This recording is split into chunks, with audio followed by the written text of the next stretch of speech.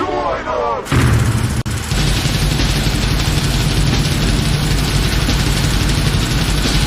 Hell, you don't watch How to Train Your Dragon. Hell of that ass. Hello, ladies and gentlemen, or in the Cars terms, ladies and gentle cars, and welcome to episode 87 of the Shadow Call podcast. The five-man gang is back together again. Yes. Well, two old fucks, two middlemen, and a child. Mm-hmm. Check amongst yourselves. Man, I was gonna say something, but I'm not gonna say it. And who gives a shit? Covering up my gray and my bald. So you don't know I'm the old guy. Well, back in my day. Yeah. Pepperidge Farm remembers. Back in my Look day, at this sexy bitch over back here. in my day. Look at this sexy bitch over here. Looks like he's awesome. He's a sexy bitch. Sexy bitch. Yes. Yes. Gladiators. Love it. Oh, Lord me. But anyway, so... What, Walter? What? What? What? What? What? Okay. What? Okay. One bear. C. Two bears. C. Three bear. Bloody Mary. 9. 69. American males. American males. I American don't males. know. I can't do the Zoidberg. Zoidberg. I'm bigger Anyway, than what are we my talking shiny about? metal ass. I know fucking. What are we talking about? Who cares? We're talking All right. about wrestling. Wrestling. Some ghetto. Wrestling. So anyways, episode 87, we're talking WCW SuperBrawl VII from 1997. Does the number 7 make sense anymore? No, didn't think. No, I mean 7 days. 7. 7 days in a week. The magical number 7. Dustin Rhodes is 7. There's 7+ matches in the show. Ravens, Chocolate. 7 deadly sins. 7 chakras in the body. 7th heaven. 7 gates of hell. Venom. 7 Zevgasms. If only if it were 7. On your face. By the way, Mama Bear, I know you're still in the chat watching. Thank you for gifting 5 subs before we got started, but holy crap. Then again, that's nothing compared to hearing 20 Zevgasms in a row. Hey, you'll be happy Levi to needed a steal one. cigarette after that. No, thank you. Or a sandwich. Sandwich I'm trying better. to, you know what I'm doing? When you said we're talking Super Brawl, what came to mind was we're talking softball, which is a spin of we're talking baseball. The song from The Simpsons when Homer forms the softball team. Yeah. I'm trying to take the lyrics of we're talking softball and change it to we're talking Super Brawl. We're talking talking Super Brawl. From San Francisco and talking Super Brawl. Piper and Hogan. Giant and Outsiders. Eddie and Jericho. And Dean many and 6'2". more. Kevin's wife. Jericho and Eddie. It's a work in progress, folks. It's Yeah. your first draft. First draft. Yeah. So yeah, Super Brawl 7 from the Cow Palace. The legendary Cow Palace. Like right. today, gladly points out all the history behind the Cow Palace in San Francisco. Mhm. Oh yeah, Yeah, the from legendary, Ray Stevens. Mm-hmm. the legendary LaBelle brothers ran out of this building numerous times, and no fan there knew what they were talking about. No fucking clue. Cow Palace in San Francisco, California, with an attendance of 13,324 sellout, 12,145 paid, which was higher than 1996 and the second highest of 1997, Starrcade being the highest. Live gate of $183,649, higher than 1996 and fifth highest of 1997 with Starrcade as the highest. Pay-per-view buys 200,000, higher than 1996, fourth highest of 97, with Starrcade as the highest. So business numbers, pretty damn good. Then again, WCW was red hot at this point. So not hard to see why. They were a runaway train. Oh, at yeah. this point, yeah. They could do anything at this point. As this card proves. Yeah, because WWE was in the midst of they're in the midst of regaining their momentum, but they weren't there yet. no. Mm-hmm. No. But yeah, WWE like was the Scott hottest thing right Yeah, but like Scott said, yeah, the show itself, well, you're going to find out as we go through this card. It's not a bad show. It's not a horrible bad show by any stretch. We'll get But into it's the it when we get the to booking it. of the lineup of the show is questionable. That's my big take. Here's my summarization of the show without spoilers. It basically just laid out WCW from 96 to 90, from summer of 96 to 98 or so, or going forward. Unless it was something NWO, the crowd did not give a shit about it. No, Pretty much, yeah. pretty much it didn't. They were sitting on their But kicking things off, we begin with, let me do a recount. Okay. There's dark matches.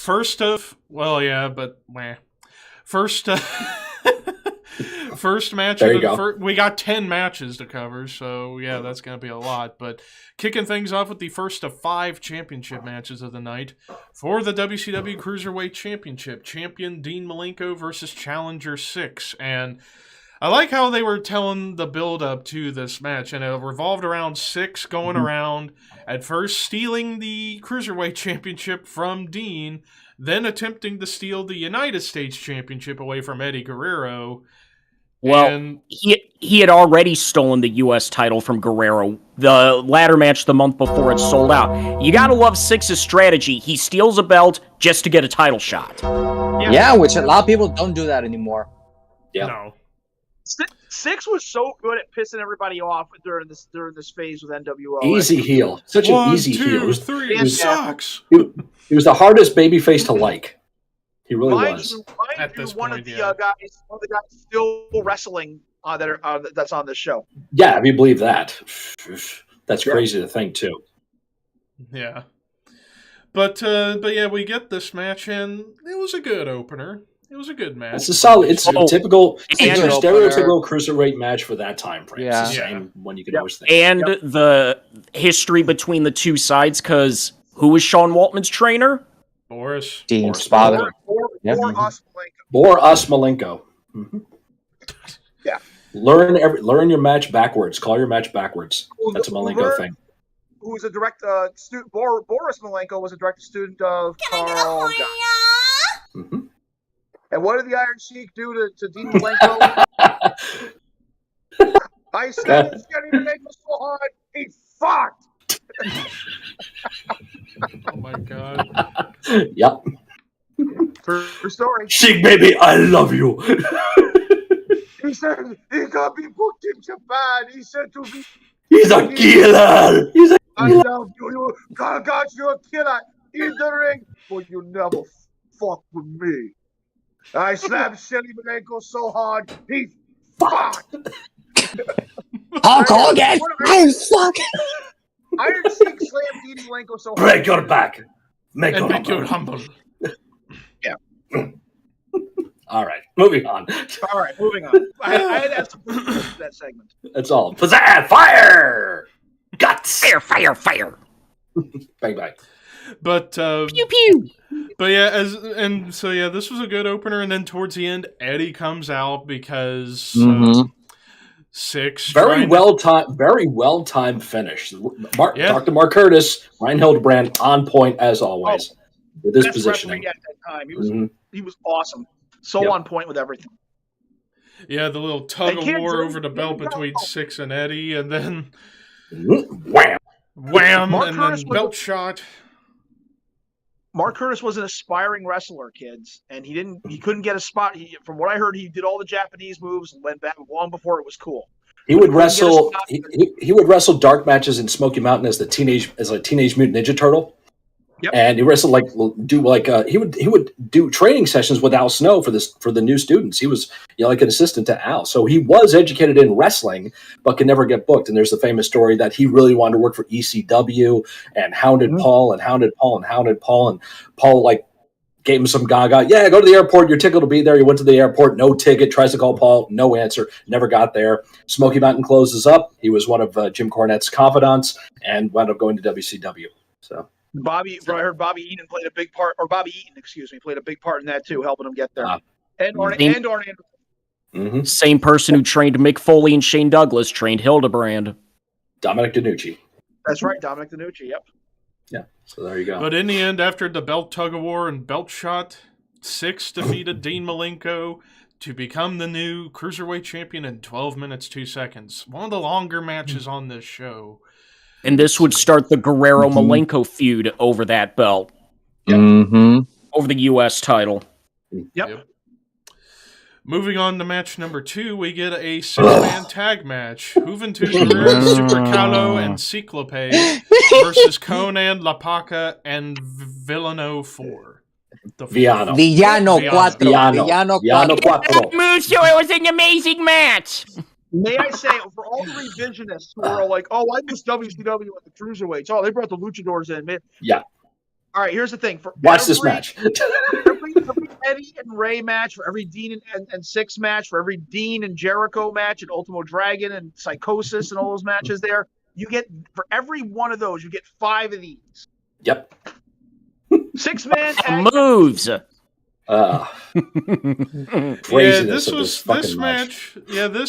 This was just a case of you got 10 minutes, get your shit in, and get out. This could have been a pre-show. I mean, really this kind of matches is really real common in Mexico. Traditional 6-man, 8-man, 10-man, especially. I've seen all of these guys live once upon a time. Especially, I think. I get that, but they can still be good though. I know, and I know it wasn't good. It wasn't good. Even me knowing this, I was like, "Ah, man, this is not good. This is not good." This would have been solid, probably in Mexico in AAA. Yeah. This was as Walter alluded to. This was not the audience for that particular matchup. No, because the crowd didn't give a shit, like he said. They're just like fireworks. Ooh, Where's the NWO? Yeah. Mm-hmm. Yeah. Conan was in Dungeon of Doom at this point. Conan was still in Dungeon of Doom. What? Mm-hmm. There are 2 guys still wrestling that are in this match. Although I think there's a different guy as Laparca. Not the same Laparca. It was a different Laparca. It's the original. It's the original one. This is the original Yes. Laparca? Okay. Okay, so It's the original. Mm-hmm. Laparca, Movie, and Super Calo is still going too. Calo was gone? I didn't know that. I thought he was done. Wow. Oh, he's still wrestling. That's crazy. Yep. Not sure about Ciclope or Viano. I think all the Viano. Well, Ciclope was Halloween. I don't know if I haven't seen him in a while. He was Halloween. Oh, he was? Him Okay. and Damien were a pretty fun tag team. Yeah, Damien 666. Yeah. Damien was fucking metal. Oh, Damien's funny too. Cool as hell. Yeah, what was it? Super J Cup 2000, I think it was. He stole the show. No, 95. No, J Cup 95. He was fantastic. He was calling all the Japanese spots. Onita! Muta! The crowd go, ooh.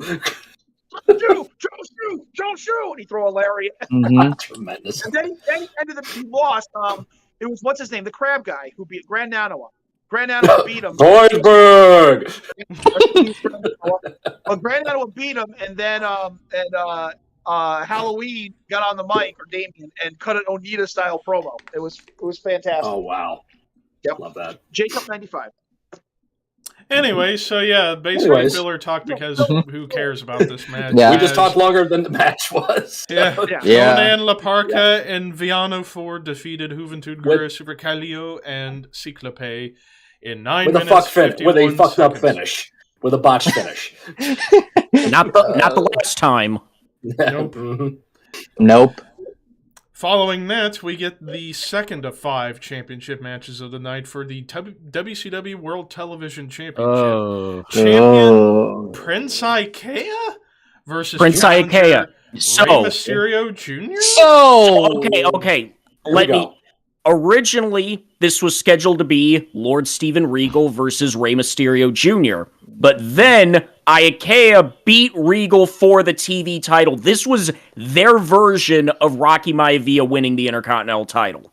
They wanted to do their own thing, which is why IKEA was the TV champ, and it just didn't fucking work. Ikea was Yeah. less over than Rocky Maivia. Nobody and it was so Mhm. random when Ikea beat Regal, and Yeah. nobody cared.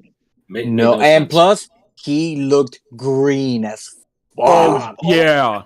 As far as I think he's Curtis Ikea's son. I could be He wrong. is. That's why he's Okay. Prince Ikea, King Curtis.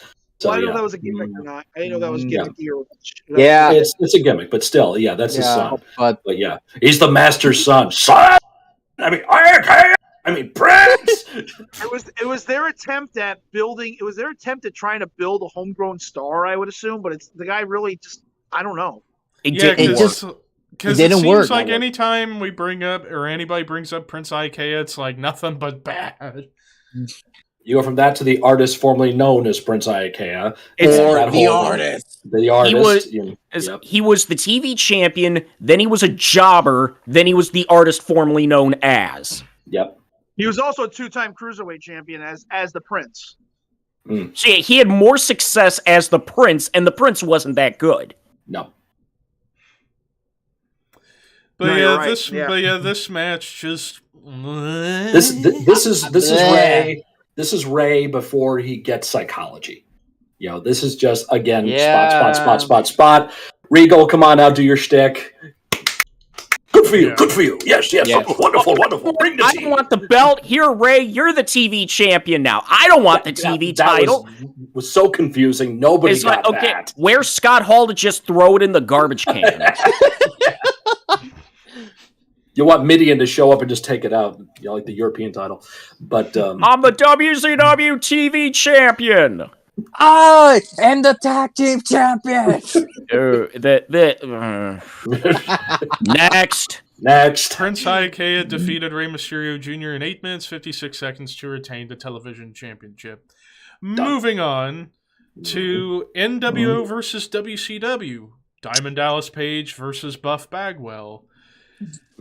Now, on paper, I figured this match would have been something really good, but really it was just there. Not bad, This was a but match- not... I mean, This was- DDP was majorly getting over by this time. You can Yeah. tell the Yeah. crowd was into it.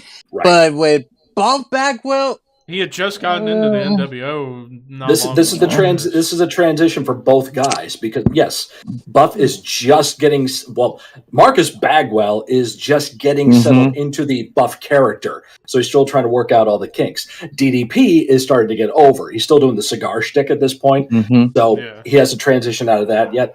But the crowd is starting to get behind him. They're starting to indicate that he is somebody the NWO is worried about because there was the controversy about who he was going to wrestle. Remember the promo they do with Gene and DDP, and he goes through everybody. Well, obviously it's not Hogan. Obviously it's not this. It's not this guy. What about Buff? What about Buff? Wait, oh, it's Buff Bagwell. You know, yeah. So I mean, set it up on the promo, fine. But this is the transition for both of them, and for the business of this match, which was to get Dallas over, it worked. Yeah. oh yeah, But in the end, Diamond Dallas Page defeated Buff Bagwell by disqualification And then in 9 ran minutes, out. 46 seconds, and then out he went. And once again, I don't care what people say about Buff Bagwell. He was cool to me and Scott. Me too. Yeah, Yep. he was fine. What was the match that he fucking popped for? Was it MJF and Punk? Yeah. Yeah. Oh yeah, yeah. So I was like, okay. Mhm. I popped for MJF and Punk. It's one of my favorite matches of the year so far because it was fucking great. I loved it. I mean, I know we're going ahead of We'll get to that. ourselves, We'll Yeah, we'll get to that later. But yeah. Yeah, we'll Yep. get to that later. Hashtag talk about that later.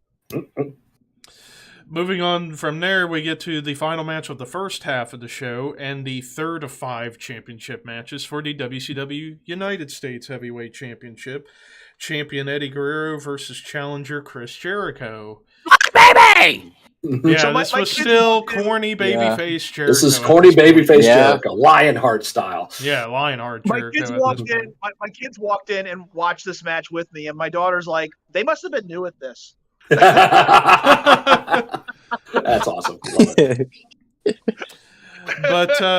But yeah, Well, after after a few matches, we get a really good one. The problem being, crowd didn't give a shit about No, this match. they didn't give They a even shit. got the That's the Mexican weird thing wave about it. during this match. Mm-hmm. If this was 2003 or 2004, Yes. the crowd would be Oh, majorly God. different. Oh my Yes. God! If this was in another promotion, it would have gotten something. True. Yeah. Either one of these, if it's ECW, yeah, the crowd would be popping for it. Yeah. But Oh yeah. either one of these were truly out of their shell yet. But this is also the fourth match to feature cruiserweights. That's Yeah. true. It's saturated at this point. You saw the opening match, then the match right after that, then the match right after that. You had a little bit of a break, then you get another one. It's like, all right, Yep. they kind of seen all the spots already, guys. What else can you throw out there? Yeah. Yep, And I mean, they're sort of too many appetizers and not getting into the main. That's why I was saying earlier, Yeah. Ron, the lineup of the show is a major issue with how it flows. That's the takeaway for me. They have way too many quote unquote cruiserweight guys, because that's what they were still considered, In a row. in the first half. It's way too It's much. like going to Olive Garden and getting full on bread before they bring your entree. Yeah, Exactly. save bread. Save your room. Save your room. No, Homer, don't fill up my bread. But yeah, This is all you can eat. right. But There's yeah, food in it's front of like- me and I can't eat it. But Marge, it's all you can eat. Oh, Marge. But yeah, it's like the match. Yeah, for like us, this is a really good match. But yeah, the crowd just, like I said, they got the Mexican wave during this match, for crying out loud. Mm-hmm. Yeah, and also it was a babyface match Yeah. as well. That's Although Yeah. Jericho was the Jericho started de showing facto signs of heel in heel. this match. Yeah, Yeah, He's he's starting to transition to heel. At this testing the point. waters. Yep. Yeah. Testing the Yeah. waters. Guerrero was not far off from being a heel as well. No. No, neither one of them were. They were both pretty white meat at the time, though. Eddie was great in the ring, great baby face, but very generic. And like I said, this happened in 2004 when they both came out of their shell and became characters. To be a lot more seasoned in the ring, doing a lot. If you notice, Jericho and Eddie, as soon as they seasoned up, they believed in less is more. So. Yep. I think you would have got a better match then, but this was still good. It was still a decent. It was match. fine. Mm-hmm. Yeah, really good match for me. And in the end, Eddie Guerrero defeated Chris Jericho in 12 minutes 2 seconds to retain the United States Heavyweight Championship. So, With a sunset flip. yeah, with a sunset the flip finish. of all things. Mm-hmm. But then we get to the second half and we kick things off with a tag team three-way dance. We have the Faces of Fear of Ming and the Barbarian versus the Public Enemy. Come on, Levi. Not happening. Not happening. Versus the Public Enemy of Rocco Rock and Johnny Grunge versus Harlem Heat, Booker T, Stevie Ray with Sister Sherry. I'm just going to flat out say this match was nothing. It was just a nothing match. it's not good. 1997, the AOL message boards and the what is that one called, Scott? The RSPW message boards. One big Yes, I thing from remember the ECW fanatics was the outrage of how the Public Enemy was being used. Being used. Yep. Because they were the top tag team in ECW. They I think I remember he took back when it was the Eastern Championship Wrestling tag titles. Rocco Rock, when they won them, spray painted ECW on it. And then the first official Extreme Championship Wrestling Tag Team Champions. Yeah. And yeah, the biggest complaint from the internet marks at that time, one of the biggest complaints at that time, was how the Public Enemy was being watered down and screwed over and buried in WCW. Because people forget, too, that modern-day fans forget that the Dudleys weren't the quintessential tables tag team. It was the Public Enemy first. When they had those matches with Sabu and Taz, that's really where all the table stuff started. And that was just because Public Enemy, let's face it, they fucked themselves in WWF and WCW with the way they did business. They were just ousted, and Dudley's just co-opted that gimmick, and it became theirs. Yep. So They were basically the Public Enemy without the goofiness. right. Yeah. So. Yeah, and Harlem Heat here and Faces of Fear. It's like the team that really does not belong is Public Enemy with those two teams. It just doesn't work. Had they not done the car accident angle with the Steiners, they probably would have been in this match. I forgot. Because they did the angle. Top rope, belly to belly, standing on the top rope, not the second. That was impressive. Because they did the whole outsiders following the Steiners and then ran them off the road. Yep. I think it was Barbarian who got pinned in this match. You notice he fucking didn't care. He no-sold it after that. No, he didn't care. It was like the lamest freaking finish too. It was like it didn't do anything. He picks him up for the freaking pile driver, and then here comes Johnny Grunge, plop, big fat ass in his face. Okay, I guess that did it. Must have farted there, and he knocked him out. Yep. And it's ridiculous. One thing about Harlem Heat this time was there was no distinction between Booker and Stevie. Not yet. They were still need a bit of push. They were still Kane and Cole basically. They were Ebony Experience. They weren't really into the Harlem Heat thing yet. So Sister Sherry. Yeah, it was Sister Sherry. That's right. Huh? Yep. But in the end, the Public Enemy defeated the Harlem Heat and the Faces of Fear in 7 minutes 43 seconds. Flop. Moving on to the next match, what? I was going to say, is anyone still wrestling in this one? Well, Public Enemy are both dead. They're both dead. They're both. Mang, not really. Barbarian, no. He's selling cars. Booker T's retired. Stevie Ray's retired. Yes. Nobody. That one. Barbarian does do an occasional show. Barbarian does wrestle once in a blue moon on indie shows, but doesn't typical indie veteran, legend type stuff. Moving on to the next match, we get Steve Mongo McMichael with Deborah versus Jeff Jarrett in what seemed to be most of this year a non-ending feud between these two. It just seemed. If Jarrett wins, he becomes a horseman. Yep. Yeah. Okay. And really, in this match, it's like I might be grading this on the Mongo scale. Wasn't terrible, but it wasn't good either. It was average. It was at best. No use for Mongo at this point. They pretty much had no use for Mongo at this point. Other than to be the guinea pig for Jarrett to get into the Horseman, essentially. Right. Basically. I mean, from that point, Mongo was just putting guys over. They even took Mongo's wife and put her with Jarrett. So no, Mongo would get a U.S. title run this year. Was it around this time? Okay. And then it was during the summer when he won the U.S. title, and then he lost it to Henning in an actual really good Nitro match the night after Fall Brawl. Right. I was thinking prior. I thought that already happened, but I got mixed up. So he wasn't. But Flair loves him. Mongo anymore for their trade football play. But Flair loved him. Oh yeah, he probably hooked him up with a lot of gimmicks. Yeah. One thing I heard, Mongo was not disliked in the locker room. He was a lot of guys liked him. Liked him, and he had a restaurant that he owned across the street from some venue, some big arena and stuff. And the guys would go there afterwards, and they'd party and do whatever there. So, yeah. Well, come on, guys, let's go have some beer. Come on, Mongo and Wendy Richter talk the same. If you notice that. Never heard anybody saying Wendy. Oh yeah, you're right. They do. Oh yeah, they do. Yeah, Wendy Richter and Mongo sound alike. If you hear their promos. But have you noticed they've never been in the same room at the same time? Ooh, And I'm dead set out, get it back where it belongs. I didn't lose that belt to one person. I lost his moolah, interfered in my match, and I'm dead set on getting it back where it belongs. All right, ladies, please, ladies. Just roll up, lady. I'm gonna come back to the locker room. My hand and Victor. Yes, Victor. My hand and Victor. This is the first WrestleMania, folks. We're in our own war right now. Sorry. But in the end, Ricky's done. Ricky's out. Ricky's like, this is what's for the crazy. What's the first WrestleMania? Yeah, what's that? WrestleMania 1? And we threw a curveball when Scott brought up Smoky Mountain Wrestling. So Yeah. He's going to go on that tangent right now.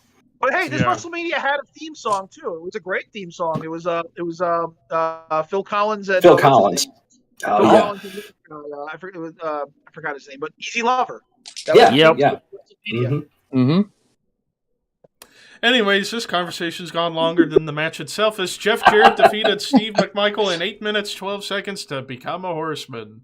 Moving right along. Moving on. Moving on to the Another San horseman Francisco death match. Yes. Chris Benoit with Street Woman fight. versus the Taskmaster with Um, Miss Jacqueline and Jimmy Okay. Hart with Woman and Jacqueline together on with a leather That's the strap. match. That's the actual match going on here. Let's be honest. Okay? Right. Yeah. It's freaking Nancy and Jacqueline. That's the actual match. Benoit and Sullivan are just playing with each other. Yeah. It should have really been like a mixed tag Mixed tag. street fight. It really should have. Yeah. Double strap It- match, Yeah, whatever. mixed tag strap match. That's what this should have been. Fans were into it. I mean, Yeah, they were. Yeah. this outside of WCW versus NWO, this was the top feud in the company at the point.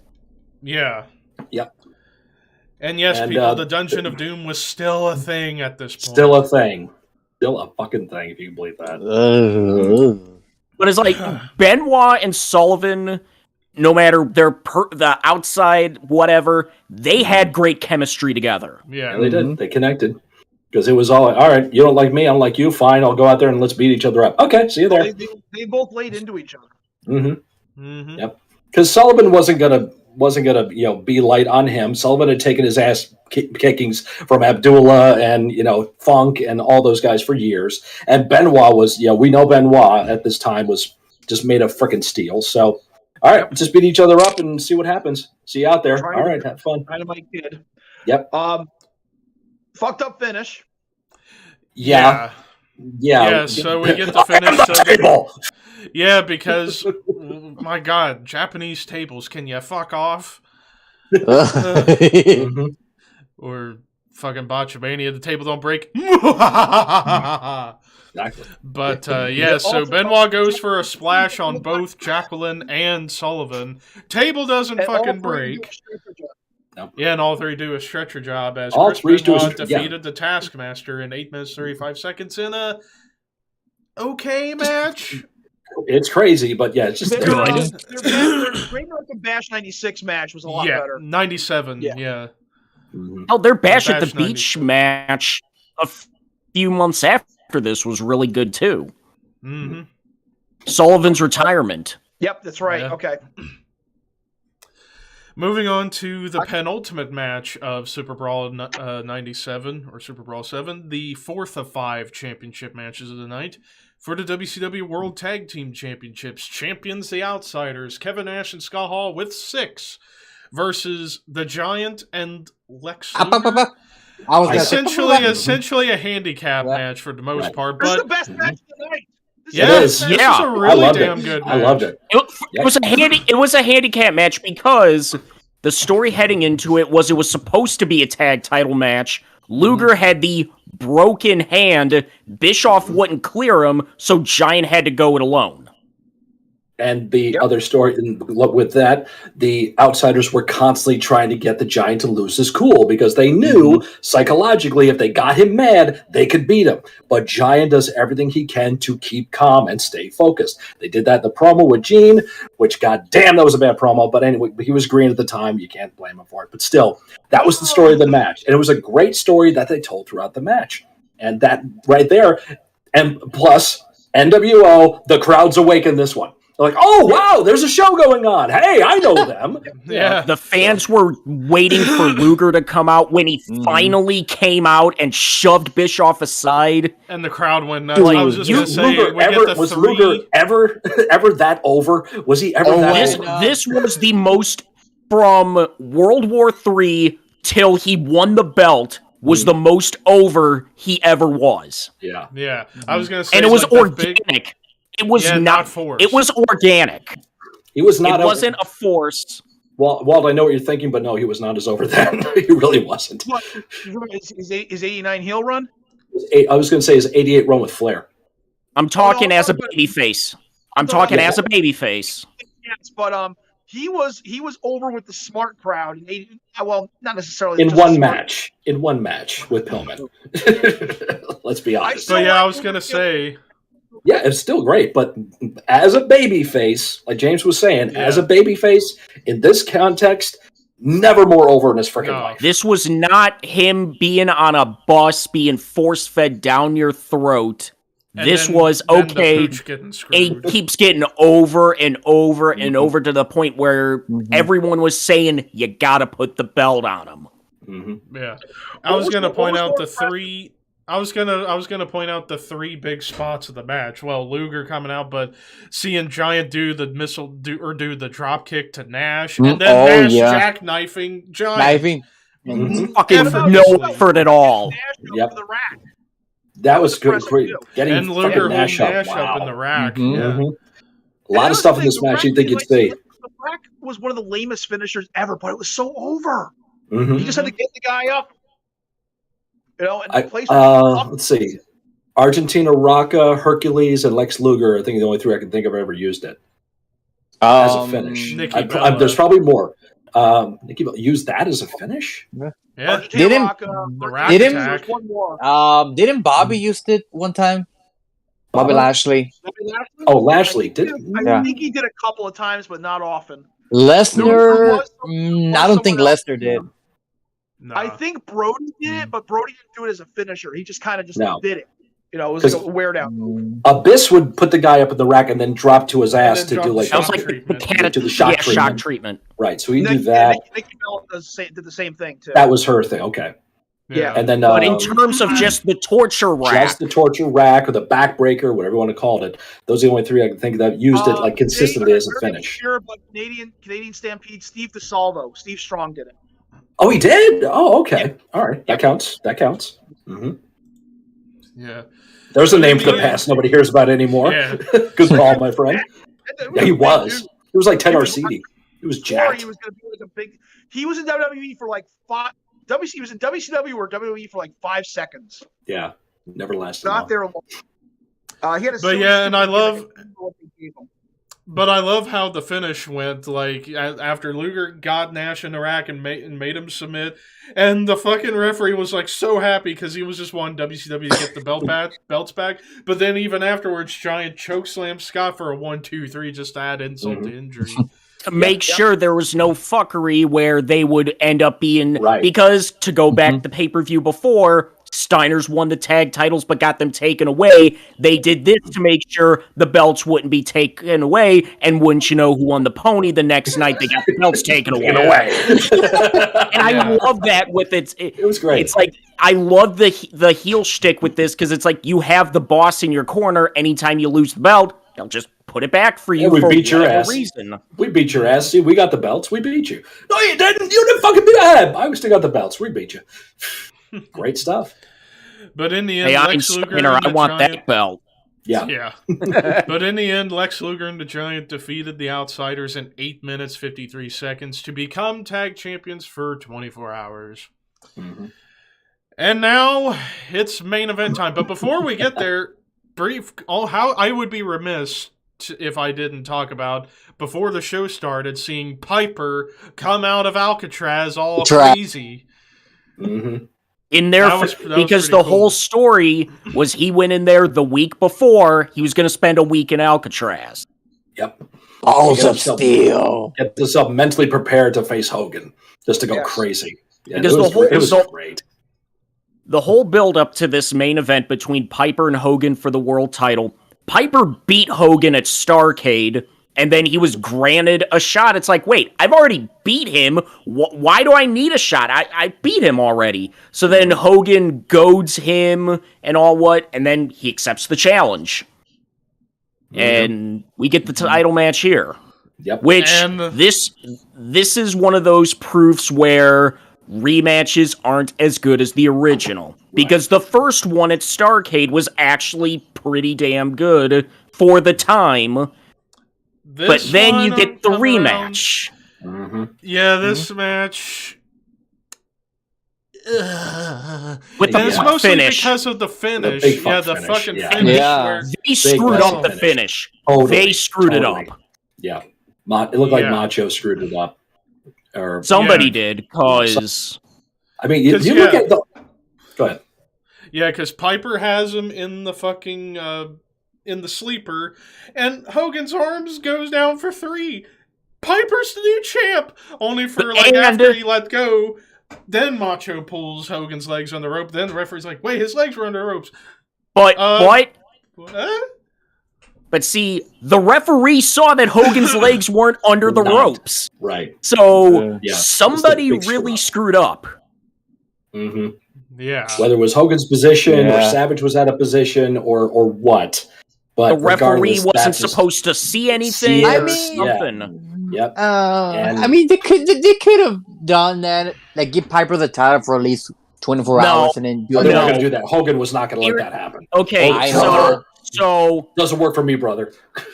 Hogan, between Hog Wild when he won it and Starrcade 97, he was never supposed to lose it. The only reason he lost it to Luger was because the boys, including Hall and Nash, convinced Hogan, hey, you gotta put him over. Dude. You'll get the belt back.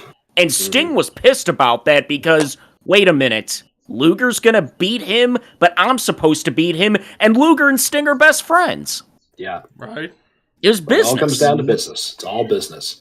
And, And Beat him, that's and Luger. just full proof right there that Sting is a pain in the ass backstage.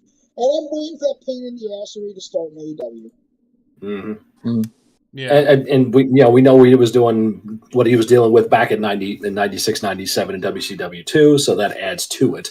But I mean, you watch the match. I mean, fucking Hogan sells his ass off for Piper in this match. Absolutely. You gotta give him like credit for that. And when it's time for Piper to sell, he sells his ass off too for Hogan. So they always had great chemistry. You go back to 1985 when everything started with these guys, the War to Sell the Score, and carrying it over 12 years later here at this point.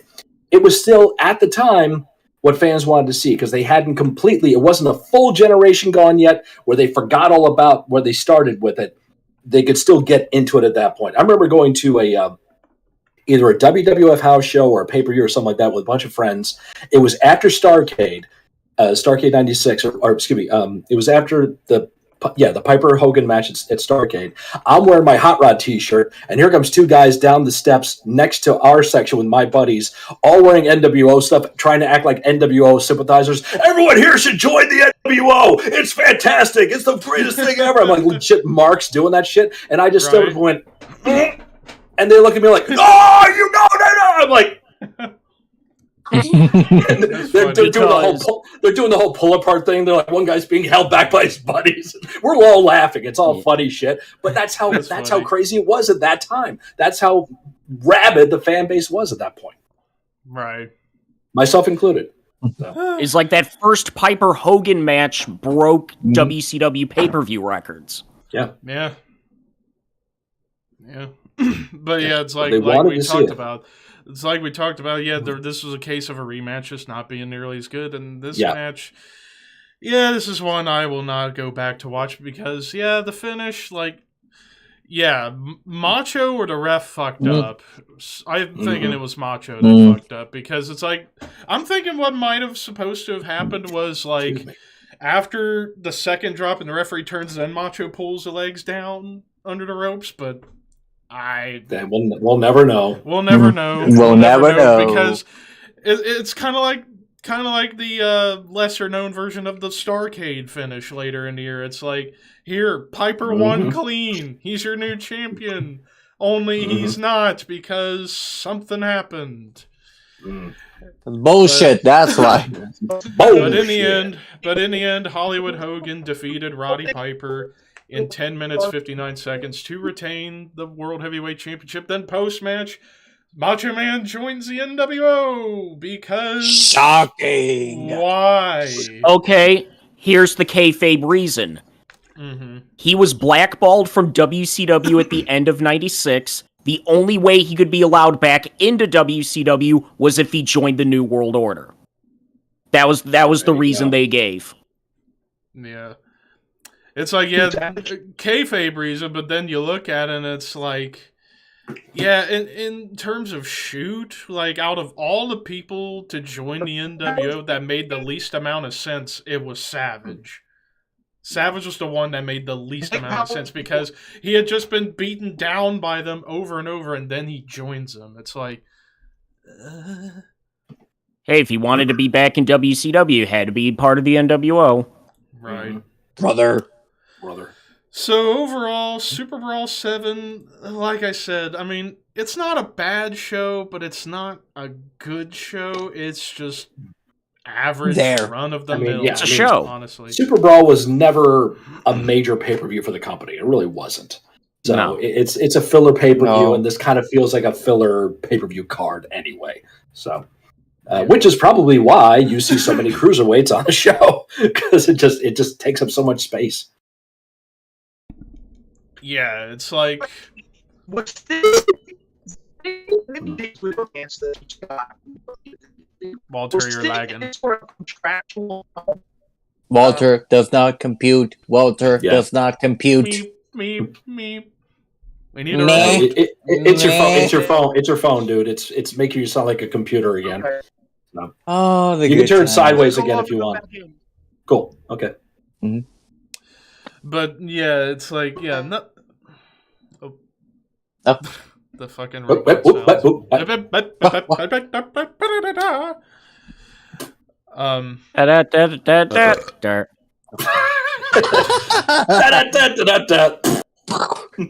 I didn't. That was not intentional. That just Flip happened. that. Sure, Levi. It Sure. really wasn't. It just came out. I wasn't even paying attention to what was happening.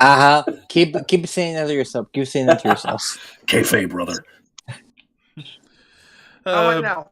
There you go. Hear you. there Hear you you. But go. you're still, All right. There we go. There you go. Now we got There you you. go. Talk to me. Say something sexy. Was TNA sort of Nope. Still computer Nope, that's sounding. back. Wait. Still computer sounding. And he's out. And he's back. Dump out and come back in again. His camera is frozen, looking like he was about to take a dump. Okay, wait. Hey. Okay. Okay. I see you. I see you. Go ahead. Now talk. Oh, Okay. He's out now. Oh, Okay. He's out. Technical difficulties. Nothing on Sorry, this folks. channel would be the same without. He's working off his phone. Look, He's working off his phone. When folks. it's live, nothing bad can happen. No. Nah. No. Is that guy hanging from the ceiling? Not anymore. Okay. But yeah, overall, would I recommend What? you check the show out just once Dude. and then don't watch it again afterwards? Except for the tag title match. That's really one of the only watch that. things worth watching on this whole show. Mm-hmm. All right. Wait for Walt to come back before we do our fave, least fave, and all that Fave, stuff. least fave, shocker, surprise, and We'll wait for Walt to come back before we do that. push job The- endeavors as well. Yeah, we have to do that. Yeah. I won't do as brutal Yes, one as I did do last it. time. Do it. I won't. I Do won't it. Do a brutal it. one to make Do it. Levi. Do a brutal No. one. Do No. it. So I really fucked Levi Okay, up last how about this? Do one for all of us, but especially hard one for Levi. No. Oh, jeez. I want to see him You're not doing swirl. this to me. You're not doing Yes. this to me. Turn his mind to liquid shit. You're not going to do that. Make to him me. wish he was never born. Well, Ricky, we can do that. Just making him listen to Diabolus. But All right. Hey, Walter. hey, Walt. Yeah, there we go. We're good now. There you So go. what were We're you good. trying to say? Love you. Was Sting? I mean, James or Scott can answer this. Was Sting any sort of contractual conflict between '96 and '97? Hence, why he wrestled one match from War Games. Hogan? I don't know. He was just taking time off to do the whole character thing. Wow. Yeah, I was, that was just the way he was booked. So he's got to be freaking and he was not ready for that match after everything. The only person I knew who had a contractual thing between 96 and 97 was Savage, because his contract was up after Halloween Havoc. Yeah. Hence why he was gone between Havoc and January. In fact, he was I believe I've heard that he was in talks to come back to the WWF To possibly be in late the 96. the surprise partner of the Vader and Yoko tag match at Survivor Series. Where Snuka There were- was. Yeah, there were talks of Hogan coming back at that point too. From what I heard, I think Scott told me this. It was in Pritchard's shoot interview. Yep. Hogan was like inches away from re-signing with WWF and going back in like '98. Yep. Yeah. There was talk of that. So. Wow. And right heck, right up to the 11th hour too. Like when Waltman got fired, had Hall and Nash been able to, they'd have quit and gone with him. And that's what he said in that promo. That's what he said when he debuted. And DX would like, could you imagine the night after WrestleMania 14 if Hall, Nash, and Waltman? We were both there. Yes, we were. We were there. And the buyout of WCW would have been a lot sooner. Dude, and not only that, it's true. Everyone was cheering for Stone Cold while Mick Foley fucking laid there dead in the ring. That's true. Yeah, but that is true. Not only Hall, Nash, and Waltman come out, but Hall and Nash come out with the world tag titles because they were the champs. They were. Oh my god! Oh god! Yeah. The precedent had been set with Flair, so Hogan, Medusa with the women's title. Yep. So why not have them drop the tag titles in the garbage? Unification. Nash was like, "Well, how come my little buddy Six Pac doesn't have a job anymore?" Yeah. Oh my! Yeah. Oh god! I'm just trying to think. Look who's back! I'm just trying to think. I was gonna be like, if that would have happened, I'm pretty sure Hogan would have been in the main event, triple threat. That was the talk. Bruce Pritchard did a kayfabe commentaries guest booker, and that was the story he told because he was doing a rebook of the Montreal Screwjob. If Brett was not leaving, and that was part of it. It would have led to Hogan and Shawn. Yeah, actually, it would have led to Hogan and Austin, with Hogan being in charge of DX as like an NWO replacement. So, but with Bruce, you got to take things with a grain of salt. Yeah, true. It's true. Bruce. It's true, but I mean, he had no reason to lie about that. So, I mean, if you ask Cornette about it, go, Bruce does stretch things, but I wouldn't be surprised if that was the case. And interestingly enough, we'll talk about our conversation earlier because I think we can definitely everybody can talk about that about Flair. But I was actually watching today on Peacock the rise and fall of WCW, and it's interesting to watch that because I haven't seen the thing like in so long. But you hear so many stories from people, and then you compare the stories on this WWE-produced documentary about WCW, and little details are forgotten or misrepresented. But one thing that's brought up is that Jim Ross states that he knew that Jim Herd had conversations in early 90s with Savage, with Hogan, with all those guys about coming over. But at that time, Herd didn't have the capability, he didn't have the finance or the budget to actually entice them to come over. So there's talk of all these guys going back and forth for years. Yeah. And of course, the famous story of Shawn Michaels almost quitting and going to WCW in June of '97. Yep. Because they had the Bret Shawn fight in the locker room, and Nitro was in Boston, not that far away from where Raw was. Yep. No. Can you imagine Shawn? Oh my God, all these scenarios, holy crap. Can you imagine Shawn being champion at the time, jumping to WCW with the title? Vince would have been pissed. Shawn would have been blackballed for life. Was in rough shape. WWE was in rough shape. It was kind of the opposite of where WWE was at this point. AEW. Mm-hmm. These guys were quitting WWE and going to WCW. Yep. I mean, hell, if things were so bad, Vince had to tell Brett, "I can't honor your 20-year contract." The 20-year contract. Mm-hmm. But to Vince's credit, he could have just left it there and said, "Sorry, pal, you're in, and I can't do anything more for you." He allowed Brett he released him on a 24-hour basis so he could go negotiate the contract. Vince did do that. So people can say what they want about Vince, but he at least had that opening for Brett to get, because what does Vince always do, folks? This is what Vince always does. He openly says to his talent, if you can make money someplace else and make more money, I will bump up my offer so they offer you more. That's exactly what he did with Brett. That's why Brett was paid $2 million a year to do nothing. Yep. So there, ladies and gentlemen, smart marks that right there was the only time, the only opportunity, the only window you had where, WWE's in a lot of trouble. Vince is really fucked. Any day now, it's a falling empire. That was it. That was 97. wow, was it 97? Mhm. If things would have gone the way we're talking, I don't know how WWE would have been. I mean, I'm pretty sure they would recuperate. Okay. Rumor, Scott, Jerry Jarrett was actually was ready to take over the company. Well, that was in the early That was- 90s during the steroid trial and The all that steroid stuff. trial. Which again, you talk to Bruce. Bruce will deny it 100% that was ever going to happen. That's But, fucking internet bullshit. That's internet bullshit. No way, man. People within the company have said that was going to happen. Yep. Because he was And going to then Vince. Conrad goes, "Yeah, but Meltzer said." Because if Vince would have been convicted, would have been what, 20 years? Maybe at a maximum, but yeah. And that Rich was white what, pe- 90, rich white people don't go to jail, folks. Sorry. But that was what, 94, 93? Yeah, that was 94. Summer 94. So let's just say hypothetically he goes to jail 93.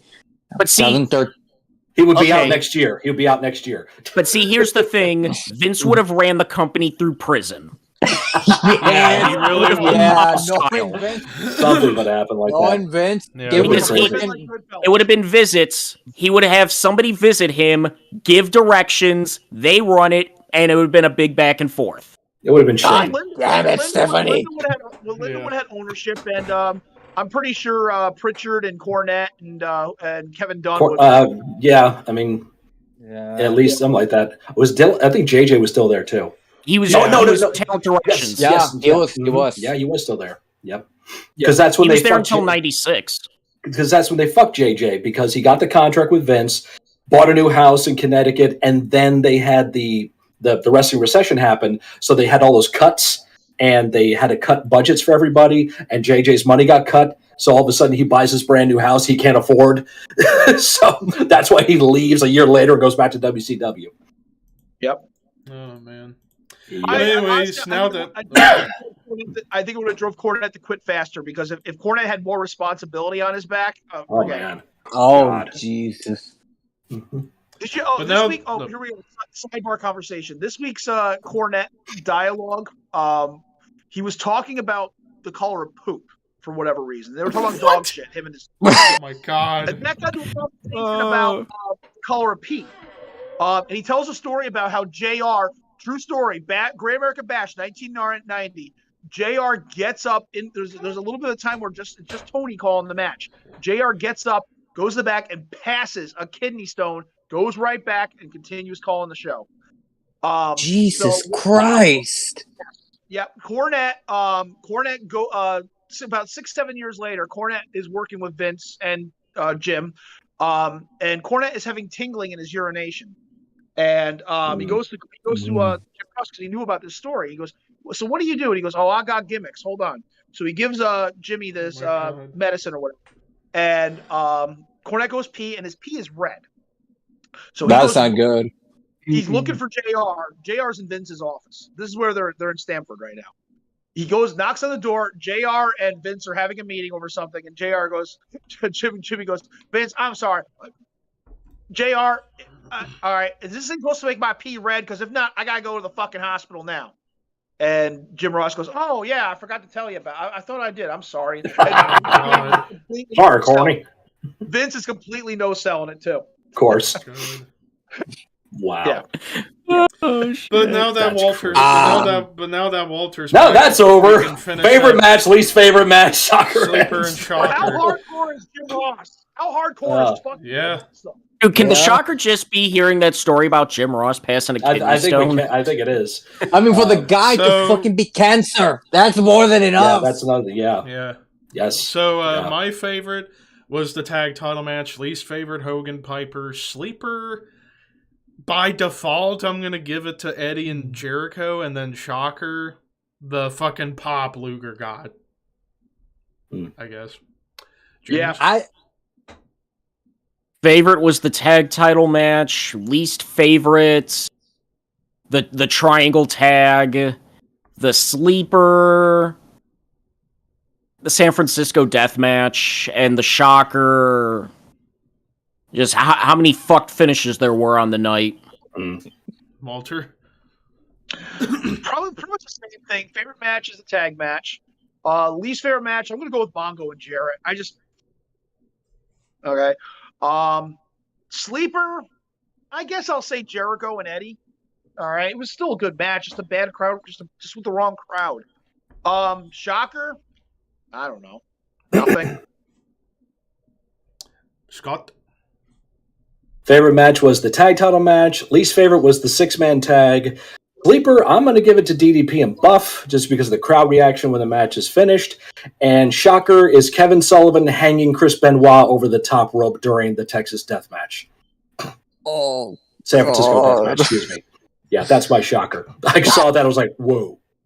It wasn't a ran- foreshadowing much?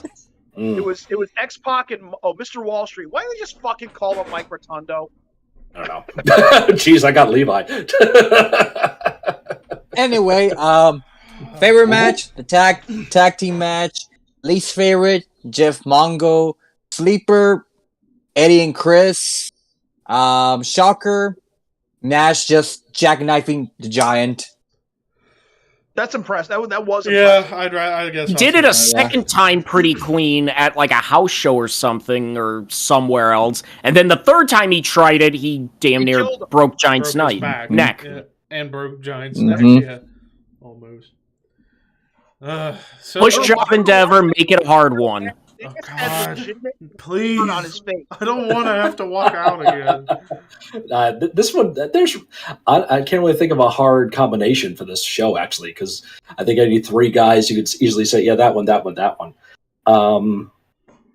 So I'll just make it a simple one. Benoit, Eddie, Malenko. That's still hard. Not as hard, but I mean, it's 97. There's more options at this point. So endeavoring And- somebody will not be as bad. I would endeavor Benoit, Job, Malenko, and Push Eddie. Okay. I'm gonna go Push Benoit, Job. Oh, fucking hell. What do you do to me, Scott? What do you do I'm just to me? Push, okay, here's mine. I'll go ahead. push. Benoit, Job, Eddie, and Endeavor Malenko? I got no fucking clue. Okay. James. Push Benoit, Job Eddie, and Endeavor Malenko. Mm-hmm. Walt. Same. Same. I would actually go that way too. Yeah, push Benoit. Job Eddie. Eddie looks good on his back. He can still get over. And send Malenko to either ECW again or go to Japan. You know, again, 97. It's not that difficult. There's a lot of options at this point. I mean, the reason I went with Endeavor Benoit because he go back to Japan. Too. Exactly. That's why it's difficult in this respect because all 3 guys could all legitimately be pushed, jobbed, or endeavored. So that's a little difference there. We're trying to pick that up. So Yeah, but when I'm thinking at the time, Benoit was on the cusp of going to the next level. Yeah. Mm-hmm. So. But I just researched the Jim Ross thing. It was Bash 91. The stone fragmented, and it was numerous times JR had to get up between matches to pass it. That show. Oh, That show. He said bad night in more ways. He even said it himself. It was a bad night in more ways than one. wow. Yeah. Yep, and I guess he went to the ER right after the show too. He was feeling it. I mean, that's good to show that he's a trooper. Yeah. Yeah. Yep. So now, this week in wrestling. Oh, Yeah. dear. Look at my face. What do you see? Shane McMahon fired. Oh, man. Actually, my favorite Punk thing is when he gets in the ring and he's got a circle. He's got to do that circle. Yep. Yeah, it is. I was trying to sing the freaking cornet. Oh, that's right. Yes, that's right. Yeah, Cornette's thing. God, he's horrible. Wow. He knows it. That's the best part about it. Yeah, Hey, he does. Yeah. Hey, how would Terry Funk sing Cult of Personality? Oh, my God. Oh my god! Flair. Look in my eyes. What do you see? The cult of personality. Yes. Like most of it. Kennedy! McMahon. No, wait. Kennedy. There you go. McMahon. Anderson. Flair retorts with neon lights, Nobel Prize. What is it? Leonidas. Feel listening, we have to feel it. Fear itself. Jackass. Jackass. My favorite quote from Flair quoting the song was, it was WCW, it was 96, 97. I don't know the context of it, but he went, skyrockets in flight. Woo! I think it was building up to the match with Mongo and Kevin Green. I'm serious. I think that's what it was when he did that. Wow. That's tremendous. Oh my god. Love it. Jesus Christ. Anyway, Yeah, that match. Anyways. Really damn good. So, yeah. I mean, Punk's first loss. Clean-ish? Should have saved it for pay-per-view. Yeah, have. they could. Could have. Yeah. But regardless. I will say, And How are you going to top that match? That was Yeah. You're not. And here's Now- the thing. Their pay-per-view is only in a few weeks. Uh-huh. They've got nothing. what are they going to go to? I don't know. Are they going to have a rematch? Because Arthur and Paige are wrestling next week. Yeah. So what are you're going to do Paige and Adam Cole at the pay-per-view with no Or build? what? Well, yeah. I don't know. Cole's announced his declaration for the title. Yeah. All of a sudden. Wait. All of a sudden? Adam Cole is being serious now. So. Aren't- Even though he lost to Orange Cassidy. Yeah. Aren't Danielson and Moxley going at it right now? No, they're forming a. It's going to happen. They're going to form a super stable of dudes who beat up. I'm all for it. But here's the thing: Scott and I counted the stables. We had like 14. Oh, God.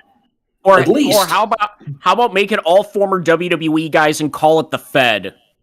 There you go. No. It's gang wars all over Or again. just call it The North. or the E. Call it the E. The The E. And now there's V. another major signing. The V. We're the V. Dude, Um, is it going to be Keith Lee? What's he going to do? But you ask these AEW fans like, oh, okay, when they say like, oh, Keith Lee's got to go to AEW, okay, and For what? What's he going to do? I mean, congrats to Keith Lee. He just got married recently, so Yep. congrats to Got him. married today. Got Yep, married congrats. today. Yeah, he got Awesome for married. them. Yeah, very happy for them. Mhm. That's great. But again, okay, you go to AEW. Great. What are you going to do? What are you You're gonna do? gonna get There's smashed so many over. guys. They're just gonna put him in the There. shelf. They're going to get smashed over one night, and then you're going to sit on the back burner and do nothing for like 3 You're years. going to be on Dark and Elevation. Mm-hmm. Mm-hmm. How many Speaking of, times have O'Reilly and Fish wrestled since they came on board as Once. a tag team, once. as a tag team? Once. Yeah. Actually, I haven't seen Fish in a singles match in weeks. He had that match with Yeah. Sammy. Then he got the match with Daniel Bryan or Right. Brian Danielson. Brian Danielson, And yeah. That was he had it. a couple other here and there with Lee Moriarty and such, but then he had the 6-man where him and Cole teamed up with Kyle, and that was it. Now let's ask this question because I don't know. MJF Punk, what did the ratings do? Oh, they went down. They were. It was under $1 million. under What? a million. Wow. Yep. Are you serious? But the thing is, It was the Okay. lowest rated Dynamite in a while. the AEW, and they built this matchup for a long ass time. Yeah. Here's the weird thing with these fans, though. They act like they throw so many excuses, like, well, it's a brand new company. It's only been around 3 years. That don't fucking matter, man. No, it doesn't. With mid-capital, you can sign anybody you want practically. You're on two major networks that are Wow. That don't And mean you're owned by a billionaire. Yeah. You're owned by a billionaire who owns a football team and a soccer team. Mhm. Amongst also, the billionaire's father is a fucking kingpin in the auto industry. Yeah, there's no excuse for that. Okay, Game No. Changer Wrestling is an organic promotion. They're a new company working their way up. AEW is basically playing GM mode on SmackDown versus Raw with cheat codes. Yeah. Yep. Yeah. Speaking of WWE, Shane got the boot. He didn't get the boot. He just doesn't wrestle there anymore. Big deal. Yeah. He didn't get the boot. He's still a shareholder. And I'm not buying these stories. I'm not buying these stories about him behind the scenes. It's like he had an attitude. He wanted to put himself over in the Rumble or some shit like that. Like, are you kidding me? I don't see that in Shame. No. I don't see that in Shame at all. Supposedly, it all went to shit with the whole Bad Bunny that cost him millions of dollars. I'm like, whatever, please. Oh, and they're all upset. The other one is the theory is now Hunter is at home. Hunter's out of action. Shane's like, oh, I can sneak in. That's their other theory too. Wow. Give me a break. The other thing that I heard was, and this I might believe, when Orton was supposed to come out, Shane's music hit, and he goes to Shane, who wasn't ready. He's like, sorry, man, I'm not coming out to that music. That's you, dude. That I can believe. Yeah, maybe, but I don't know. There was also talk of that was squashed. That was never supposed to happen. He was not. That was a rumor that never was confirmed. But also is that a big voice behind the scenes was not there. Tyson Kidd. He was not at that show, and he is usually very involved with booking at least the women's matches, and he was not involved in the Rumble. Apparently, he's quote-unquote unhappy. He's quote-unquote fed up with the Fed and went home. Now, you do have to mention that ever since March of 2020, when COVID hit, producers were let go, and they were working with a skeleton crew backstage. Yes. So producers, agents, whatever the fuck you want to call them these days, they're double work, basically. And they're getting raises. They basically have to cover twice as much as they did before, and they're getting burned out. So that's where it's probably part of it. And plus, you got to deal with Vince's bipolar-esque, old man booking nowadays. And like Michael Hayes isn't a walk in the park either. Yeah, so, and Bruce is there now too. So you got Bruce there. Johnny Ace is there. Johnny Ace is there. Yeah. And so the new kid on the block, Nick Khan. So and then Nick throws his weight around. There's a lot of stuff the Chamber. We know who's going to be in the Chamber match. Yep. That Chamber match looks stacked. That lineup looks awesome.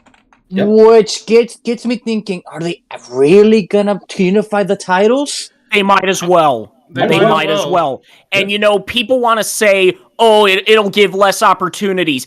There's not enough opportunities now anyway. So who gives a shit? Unify them all. Yeah. Guess what? Tito Santana was never WWF champion, and that was fine. Yep.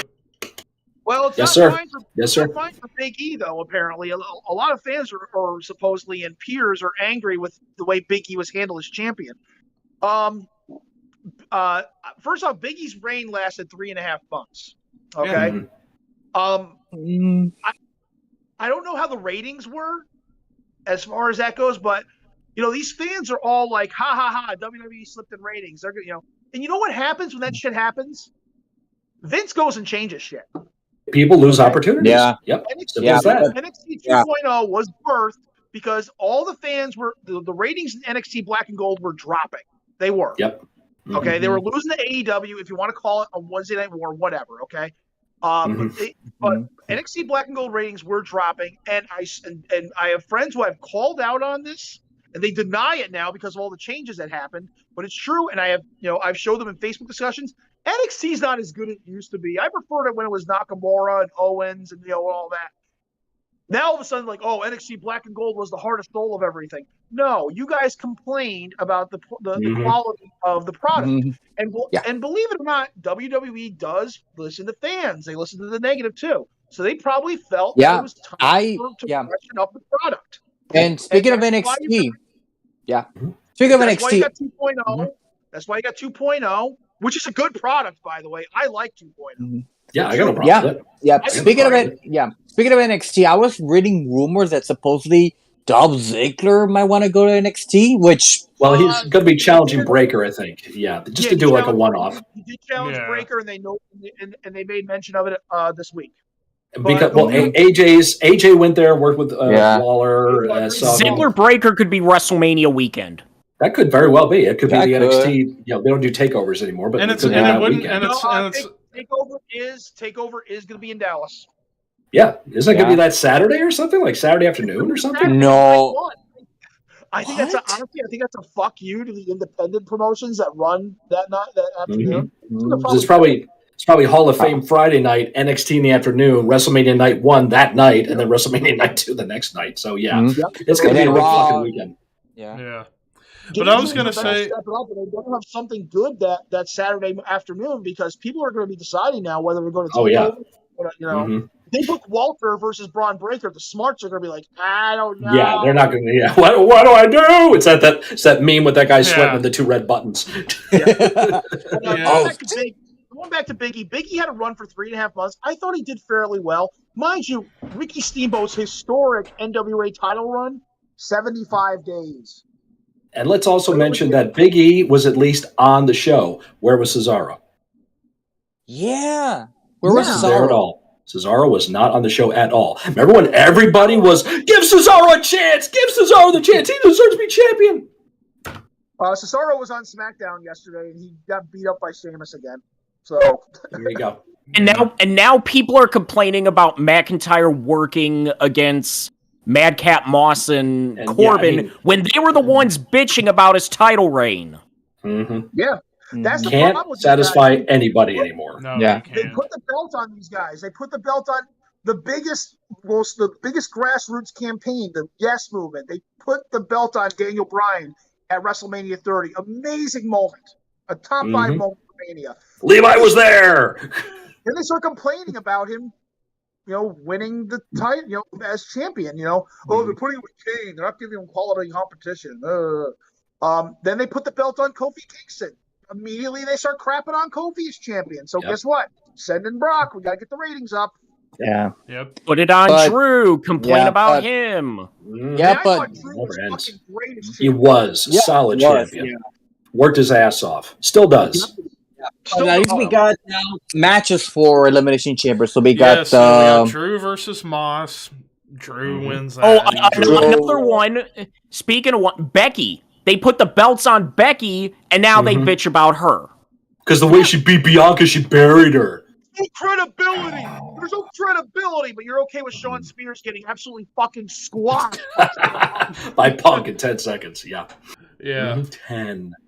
Used better. Anyway. But Drew versus Moss. Drew. They need to wrap that feud up. Drew in 5 minutes. Drew just killed him. Yeah. Usos versus Viking Raiders for the SmackDown tags. That probably be a really good match. But that's gonna be a good match. I get Usos retain. Yeah. That was gonna be really good. It's time to unify both tag belts as well. Yep. All the belts except for the IC in the US. Yes. Unify them. Becky versus Lita for the Raw Women's. That surprises me. That's gonna be interesting. But I'm gonna go with Becky. Becky. Becky. Because we were talking about what Ronda would choose, and we found out she chose Charlotte. She chose Charlotte for now. Yeah, I'm just saying. Yeah. You know how it goes. May I point something out? Right before they announced her for the Rumble, Lita turned down an offer from AEW. Why do you think Britt Baker's been doing nothing for weeks? Because she was supposed to be in a program with Lita at this point. I didn't know that. Wow. Yeah. That's crazy. That's also the problem with AEW. When plans fall through, they have no backup. No. Okay, when Owens re-signed with WWE, that Owen Hart Cup was supposed to be for him. Nope. Now they don't know when they're going to do it now because the guy who was supposed to win it's not coming. And now Britt Baker's got nothing to do because the Lita was supposed to be showing up and was supposed to be wrestling Britt. That's why they always got to have a plan B. There's always they don't have plan B. Tony Khan, before AEW started, his only booking experience was playing GM mode on SmackDown versus Raw. And here's what people need to know. He sucks at his job with the Jacksonville Jaguars. What the fuck do you think he's going to do with wrestling? Yeah, and he can't handle it when publicity gets bad. This is the one thing that pisses me off with AEW zombies. Big Swole speaks out about her negative experience with the company, and whereas if a WWE star speaks negatively, they support him. Mustafa Ali, for example. Yep. Mm-hmm. When Big Swole speaks up, they will fucking attack her and start making fun Oh, of her. yeah. Yep. Where you got her and Cedric Alexander being like, "What the fuck is wrong with you people?" Mm-hmm. You know, yeah. I mean, That's ridiculousness now. There's no such thing as a perfect place to work. All right, every place is going to have its flaws. I have a handful of friends who have worked the dark matches for AEW Dark Elevation, and even them right there flat out told me it is definitely not a perfect picture backstage. Mm-hmm. It's messy and it's unorganized. So there's no perfect place to work. So get over it.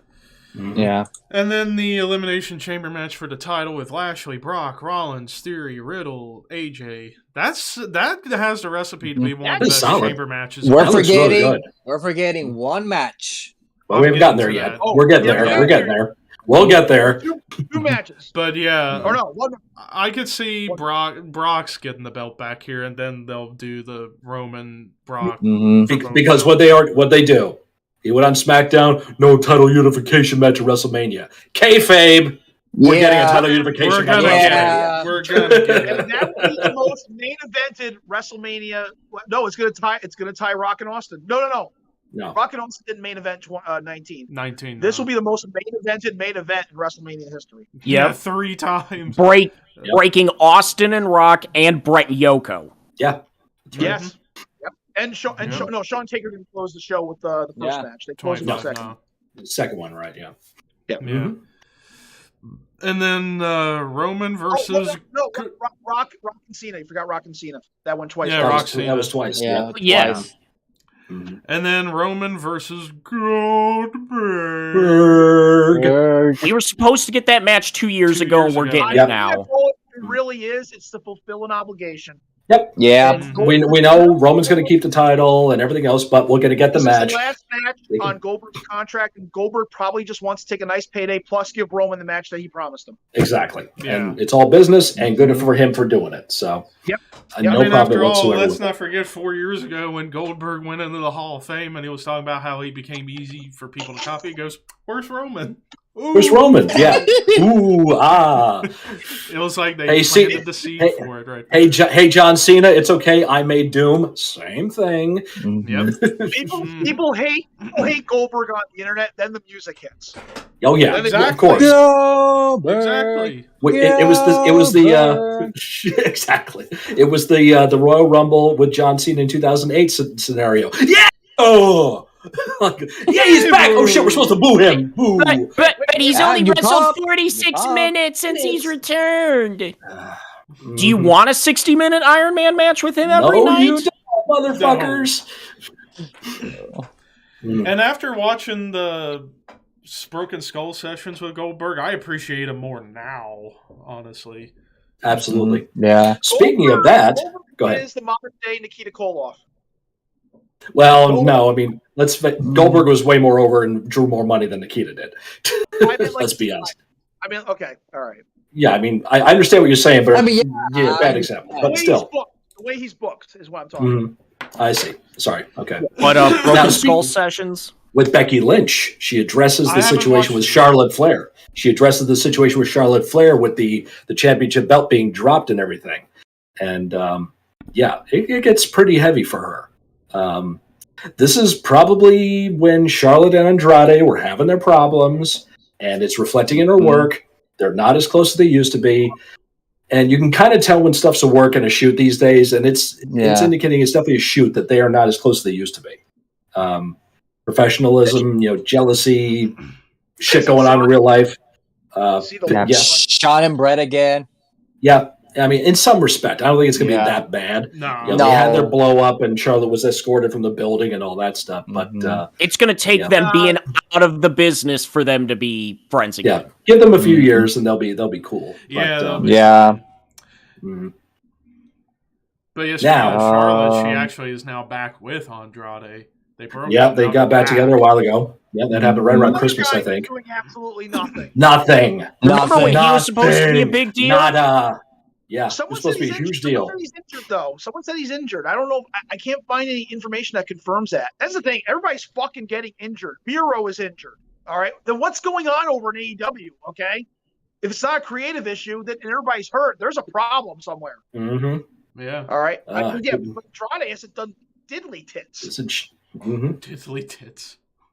He had that. Well, I mean, he is doing diddly tits, but yes, that's true. Yeah. Lana's diddly tits, but it's fine. He had that street fight with Cody, and that was really the last major match he's had. Or he went through the flaming table. Well, Cody went through the table. Now, Walt, let's talk about the discussion we had today. Yes. Go ahead. All right. Well, another Smark confronted me on one of our Facebook pages. Someone talked about Roman Reigns not elevating anybody. All right. And he brought Ric Flair as the example of someone who elevates someone. He says Flair wrestled mid-card guys all the time.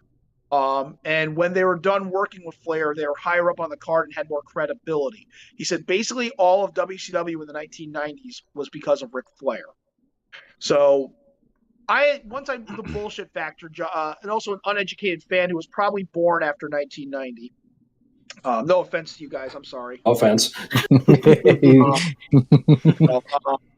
I had to intervene and say, Flair, yes, Ric Flair did work a lot of lower card guys, which is true. He had programs with Ricky Morton. He had a program with Jimmy Garvin, which was really good. Bobby Eaton. Brian Pillman. Ryan Pillman, which is why I brought that up. Yeah. Brad Armstrong. Yep, but when it came to truly taking a guy and elevating them to bringing them to the next level that changed their careers forever, the only guy there's two of them, but the one that really but I'll explain why only one comes to mind, is Sting. Yes. Okay. Mm-hmm. Scott also brought Lex Luger, and I agree with Scott. No, I didn't bring up Luger. No, I brought Luger. I'm sorry. I brought up Wyndham in some respect during the middle '80s. Oh, he was elevated somewhat.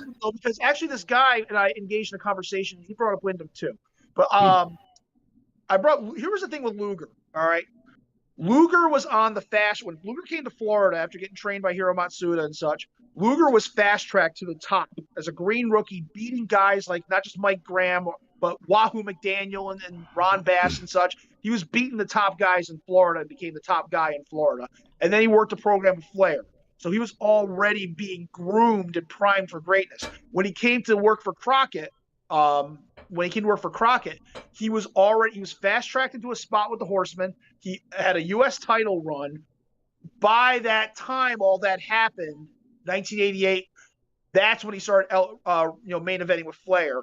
And yes, that series with Flair did lock him into the main event upper card picture for the duration of his time there in the company, and pretty much for the duration of the time of his career. Sting, however, was a mid-card guy, a guy they pulled from UWF when Crockett bought out UWF. In the mid-card, really with going nowhere on the card, being used aimlessly. It was a Rocky Balboa situation. Rocky Balboa, Apollo Creed. Yeah. Flair took Sting, Clash of Champions 1, and turned Sting into a star overnight. There was no grooming. There was no preparation. It was that match that changed everything for the Stinger. Yep. Mm-hmm. So, but there's been nobody since then that Flair was able to do that for. I mean, there was the case where he was going to do it with Pillman, but Jim Hurd put the squash to a lot of that stuff, so that the politics got involved there. And where you guys like Ricky Morton, Ricky was locked in the tag division, so he wasn't going to go much further than what he was doing with Robert. Same with Bobby Eaton with the Midnight Express. So he was working great matches and having ratings were going up and everything else, good business overall. But besides Sting, there's no one else really you can think of that started here. Flair got him to here, and he stayed there. There really isn't that many other people that do that. That brought my argument about Barry Windham. Yes, here's the thing with Barry Windham. Windham and Flair had their Battle of the Belts 2 match in 1986. Great, phenomenal fucking match. Over nearly an hour. All right, but fantastic match. It's on the network, I think. But But prior to that, again, like Luger, Barry was a top guy in Florida. He had the rub because he was Blackjack's kid, feuding with Ron Bass, and I think he was Florida champion at that point too. Then he went to WWF to team with Rotundo as the U.S. Express, and WWF at that time was in the middle of their national expansion. He wrestled a feature match at WrestleMania. People knew who Barry Windham was before the Flair match. Then the Flair match happens. And what happens to Barry Windham after that? He turns heel. Well, no. In between that, he goes and feuds with Larry Zbyszko. Gets the Western States Heritage title. Becomes tag champions with Luger. Turns heel, joins the Horsemen, gets the U.S. title, and so forth. Yeah. Yeah. But same thing happened. Same thing had to happen with Luger. Luger has the run with Flair, and then shortly after that, heel turn, U.S. title, da-da-da-da-da. And coincidentally enough, both guys didn't win a world title until, well, in Luger's case, didn't win one until 1991. Barry's case, not until 93. Yep. Mm-hmm. But also on top of that, Barry was never the main event, was never really a main event top guy. Luger held on longer to the main event picture. Barry was all over the place. Mm-hmm. Barry was going from tags to mid-card to main event, yeah. And 93, he leaves WCW and goes to be the stalker in WWF. Mm-hmm. And then he goes back to WCW, and he's part of the West Texas Rednecks. Oh, he also did the NWA title angle with the NWA stable with Cornette, and that was just like a lower card nonsense thing with that nobody cared about. Nobody cared about it. Nope. Mm-hmm. And then he goes to WCW to be part of the West Texas Rednecks, and he's just like, Kurt Hennig was over in that group, but Barry Windham certainly wasn't. So the story is that Flair didn't do as good as people think he really did, honestly. He elevated one guy. Yep. Who's still wrestling to the day. We owe that. Quick story about Luger, and I love this story. When he was starting in Florida, he was green as shit, of course, but he's in a match. I want to say he's against Bruiser Brody. And Luger gets bruised in the corner. Remember, Luger is brand fucking new. Oh, boy. Luger's got Brody in the corner, and it might have been the cage match. Luger's chopping Bruiser. Bam. Bam. Bam. Bruiser says, reverse.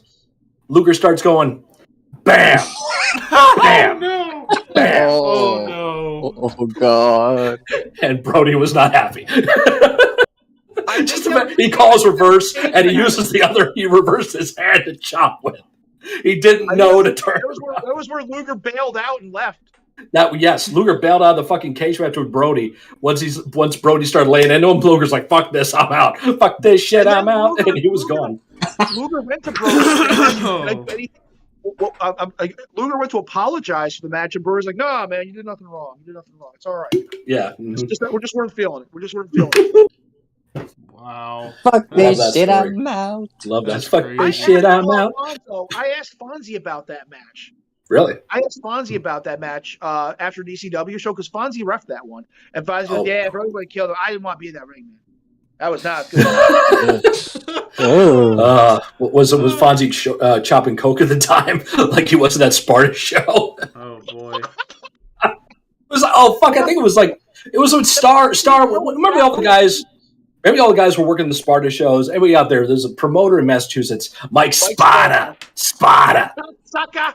You fucking fox. I never did this guy's show. I just heard so much fucking nightmares about them.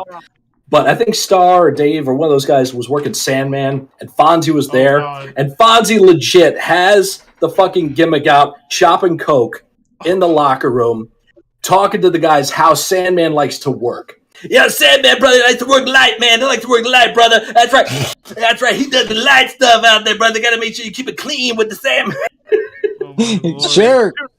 Clean. Sure. Scotty, Vinny Beach, he has videos of him ripping the fuck out of Sparta on YouTube, and they're fucking hilarious. Doesn't Kenny have footage of him holding a camera, going in the shower with like Virgil and the Bushwhackers and shit? Naked Bushwhackers, yes. Naked Bushwhackers. Yes. Yeah. One of our old friends in the business of manager went into the showers with a video camera, not like this, holding it down by his side, and would put video footage of the Bushwhackers in the shower. He went to say goodbye to the Bushwhackers. Bushwhackers have their backs turned. Yep. And he says goodbye to the Bushwhackers. All right, guys, we're going home. Bushwhackers will turn around. Hey, have a good night, right? Naked Bushwhackers. Naked Bushwhackers. It's awesome. That's Oh god, that's something I don't want to see. Hey, mate. Hey, you drive safe now. Hey, mate. Wow. I don't know about Virgil. I don't know about Naked Virgil, but Uh. there was a naked bushwhacker video that circulated. That's enough. Yep. So, Well, yeah, Walter, back to your Sparta- point with, yeah. I remember one Sparta show. It might have been the same one you talked about, Scott, but Sabu was on there too, and Sabu was like a fucking wreck, like passing out under the bench, and Oh yeah. completely out of it. Yeah. Yeah, Sparta would do these shows in Massachusetts, and I don't know how he got to be like so over, because I guess independent guys would kind of work his shows, they get exposure, because Sparta would book a lot of names, at this time. This is 98, 99, 2000, that time frame. So when guys leave WWE or WCW, be on the independents for a little while, they go work a Sparta show, work with some indie talent, and then eventually that indie talent would get like signed and shit, and Sparta started getting ahead. Like, well, that's because Sparta would bring in Dr. Tom. He'd give Dr. Tom that's right, money to book the show, and they would think that, and he would tell the guys, "Yeah, Dr. Tom is here scouting you," which is really not true. He just bring Dr. Tom and book the show. But Dr. Tom would bring in Albert, and that's where he discovered Albert was the Sparta shows. Where he would bring in Albert, he'd bring in Crash Holly, he'd bring in Candido, Balls, Al Snow. They would bring in WWE. Pritchard would bring a WWE guy with him every time. This was when there was a lot more leniency with WWE guys working indie shows at this time. Yep.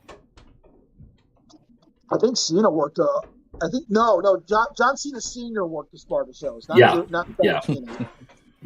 Cena was already on the West Coast. Right. And and John's dad jumped on board when John started getting some popularity going. Started managing. I think Johnny Fabulous still manages out there too every now and then. I think he does still. Yeah. Yeah. Yep. Nice guy, really nice man. Everybody I know who's met him says he's fucking down. I've never met him myself, but yeah, I've heard that a lot. He's a really good guy. Yeah. He was hitting on Connie a lot. Texas X, Connie. Not surprised. Not surprised either. Connie was hot. She is hot, but yeah. And then there was that indie show that Fabulous got Vince McMahon to walk on to. That's right. Yes.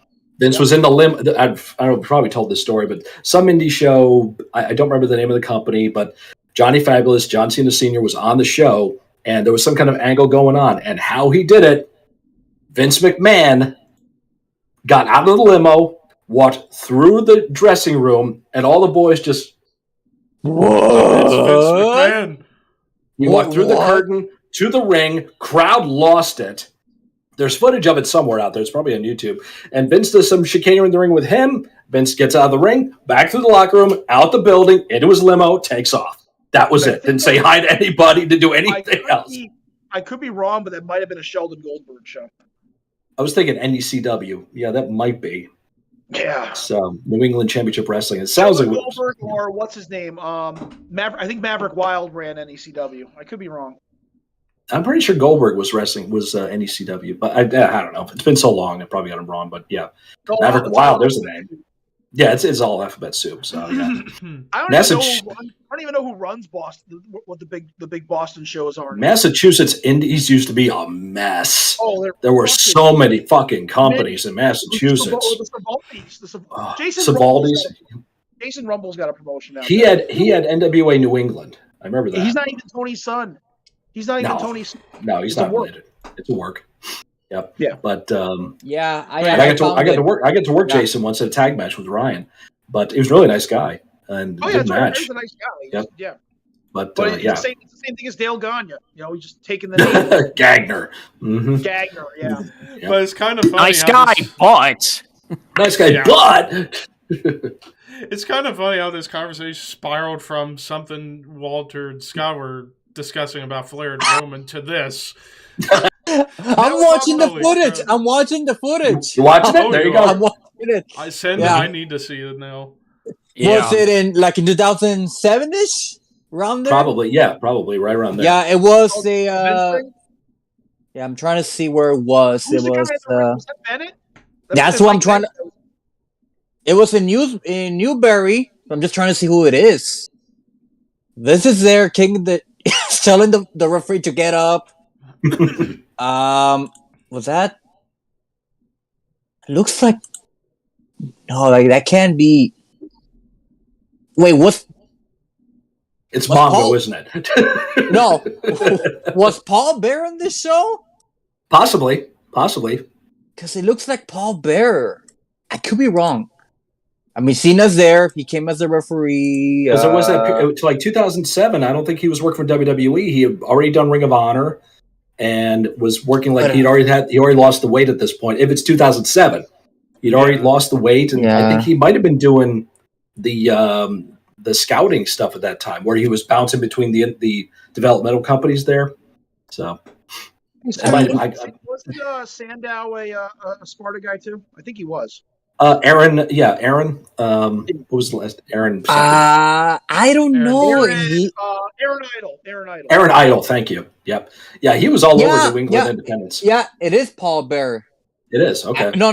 Cena's dad. It's Cena's dad, but he looks like Paul Bearer. You thought that was Paul Bearer? Okay. I thought it was Paul Bearer. I'm trying to remember who the regulars were at those Sparta shows. The hardcore hippie Nicholas. God. Nick Yep. Nick Richards. Nick Barbary. Yep. The graduate Timothy McNeely. Mm-hmm. Oh, Ken Phoenix. I think I Kenny got the Dykstra, name. that's right. Mm-hmm. Yep. I think it was Kingpin Brian Malonis. Yes, Brian Malone. Yeah, big name of the independents in New England. Yep. Who else was Brian Black? Was that his name? He was in WWE. He was in WWE briefly. He was like he was either paired up with he was like Tony. He was like he was on SmackDown. He was not there long. He didn't even wrestle. He was like a stooge backstage for either Teddy Long or whoever was in charge of SmackDown for some time. Blonde kid, glasses. If you check, you'll see it there. I forget what his name was in WWF, but yeah. Was it that network executive guy? It may have been. Palmer Cannon. Palmer Cannon, yeah, that sounds about right. Cannon. Yeah. Okay, that was it. Yep. Oh, Vince. I'm just baffled. Well, Scott, wasn't there that one guy that had the pythons? He brought the pythons to the ring. Do you remember bald-headed guy with face paint? I think I'm looking at him right now. Shit, I forgot all about him and I can't remember his name. Oh my God. Holy fuck! Wow. Yeah, damn. Man. And then there was that one tag team you and I always wanted to book to work because everyone said they were so good and they were going to get them before they get signed. The Damned. Yes. Rennie's tag team. Yeah. Yep. Oh, fuck, can't remember their names. They were a fucking metal fucking tag team, and they were good. Draven, that was Draven. And who's he? The big guy? Big guy looked like, they basically look like me and Vigo with hair. Yeah. But I remember Doc Heresy telling me, get them before they get signed. Yeah, which Bring they them never did. before they get signed. Draven got hurt. And can't remember his partner's name. Mad Dog. Thank you. Yeah, he wrestled for a little bit on his own because his buddy ran PWF Northeast. Yes, that's where Rennie worked a lot. So yep, we were going to bring. Sorry, this is becoming the Scott and Walter show here. I apologize. Sorry, guys. We're going to do a 6-man with you and them against me, Rob, and Lee. I think that's what we were. That was maybe. Well, then Libel took over, and that didn't matter. Well, then you and I were going to become a tag team, and Punk and Lee were going to be a tag team. We were going to feud, and then Reddy's going to be in our corner. Michelle's going to be in their corner. That whole thing. Wow. That was over 20 years ago, dude. Oh, my God. I was this big. Yeah. I was a lot more handsome. I was built like Taz, and it was. And I had a lot of hair back then. And I don't just mean on my back. I mean, I had a lot of hair back then. Nastiest chops in the Northeast. That was me. That was Mongolian chops. Those Mongolian chops. Mongolian chops was your thing. Yep. Yeah. Mm-hmm. What's up, Mongolian chop? I did that a couple of times. Vince fucking like popped hard one time when I did it at that IYFW match. Yep. No, that was like the greatest thing ever. Oh, take it, man. And then Vigo did one in a match where you were ring announcing in Amsterdam. He pointed to you when you did it. Yep. That was for you, buddy. Yep. That was awesome. Oh, and me and Homicide were the only guys doing Shining Wizards and Kojima spots at one point. Back at that time, yeah, before it became the norm for everybody to fucking do. Yep. Homicide Shining Wizard galore. Homicide and I both did the Shining Wizard, but we also did the running forearm Kojima spot with the throwdown, and Yep. Except I did a diving headbutt instead of an elbow. Yep. Do the running forearm, throw him down, yell something, climb the top rope, headbutt. And never beat anybody with it. Never. Yep, exactly. So what's the fucking point? Anyway. Oh my god. We used to do Akushi's cross arm Cobra clutch or camel clutch too. Straight jacket type spot there. Straight jacket camel clutch. Mm-hmm. But Walter, back to your point you was making about Flair and Roman that you 20 minutes ago. Yeah, 20 minutes ago. Continuity. We have it here. I argue that Roman's elevated anyone yet. Yes. Okay. And that was the argument. So. Well, can we argue that who is Roman elevated though, in the same sense where Flair elevated Sting? Maybe Jey Uso. Maybe, but maybe no, I don't count that.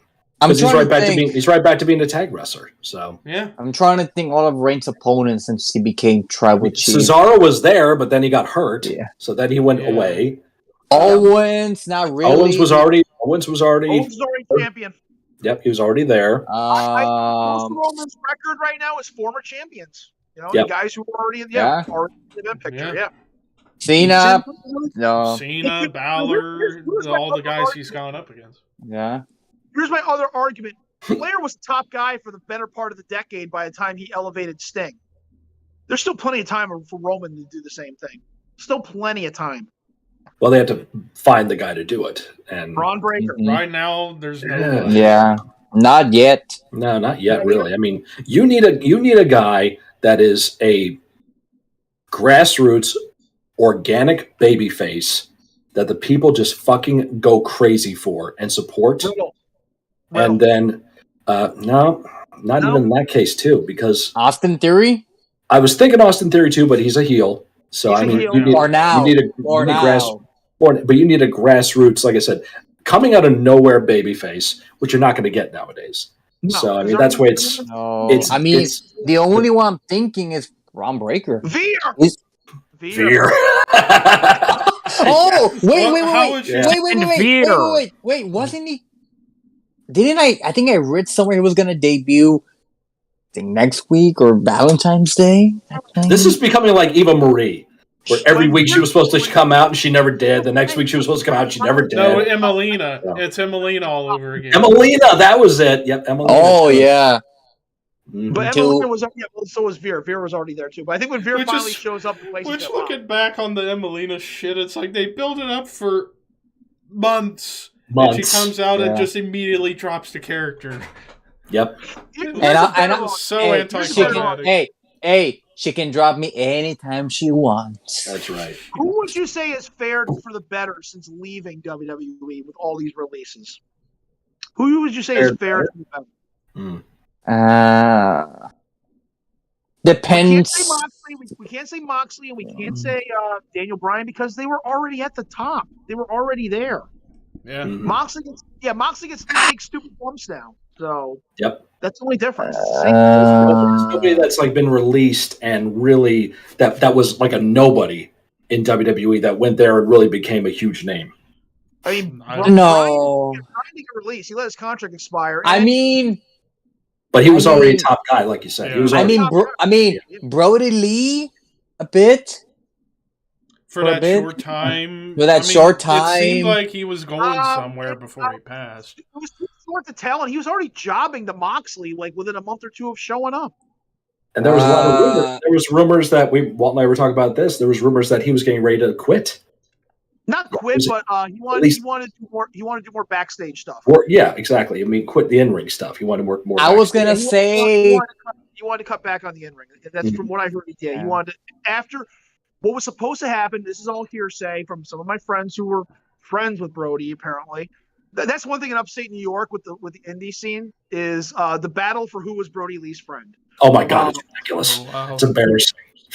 Yeah. Oh, Brody liked me better, but Yeah, I trained Brody. No, you didn't. Brody wanted to take a step back after the Cody match. He was going to start working a thing with Adam Page that was similar to Raven and Saturn with the Flock.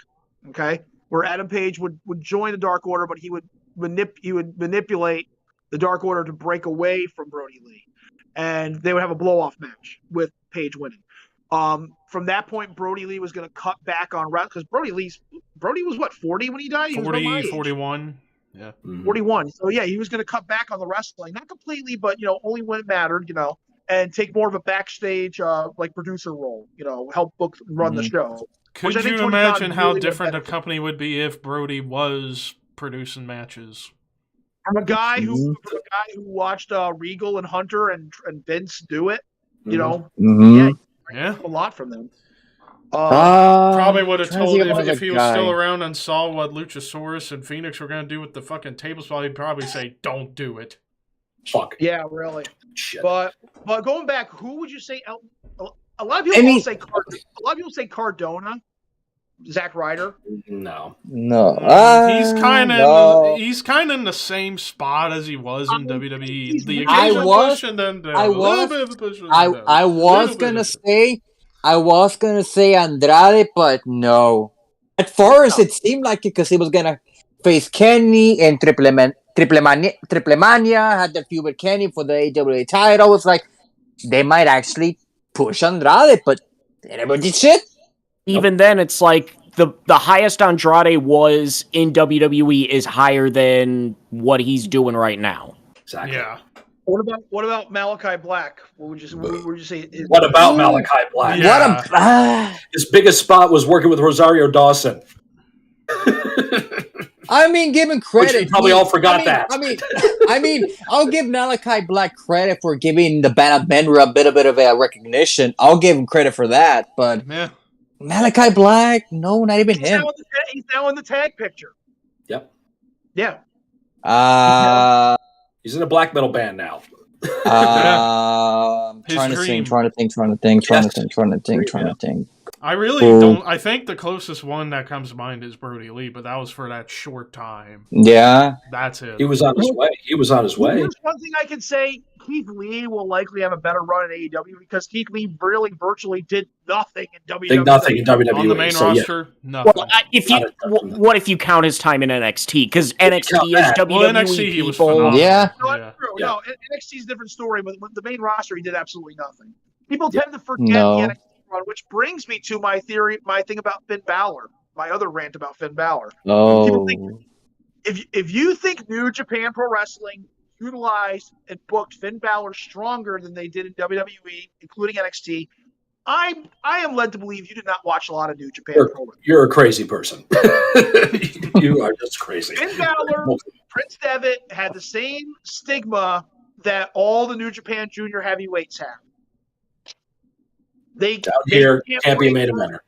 They can't break through the heavyweight ceiling. Granted, it's a lot looser now with Omega and Shingo and Ospreay all being champions, along with I guess you could say Kota Ibushi too, but Ibushi's a pretty big guy.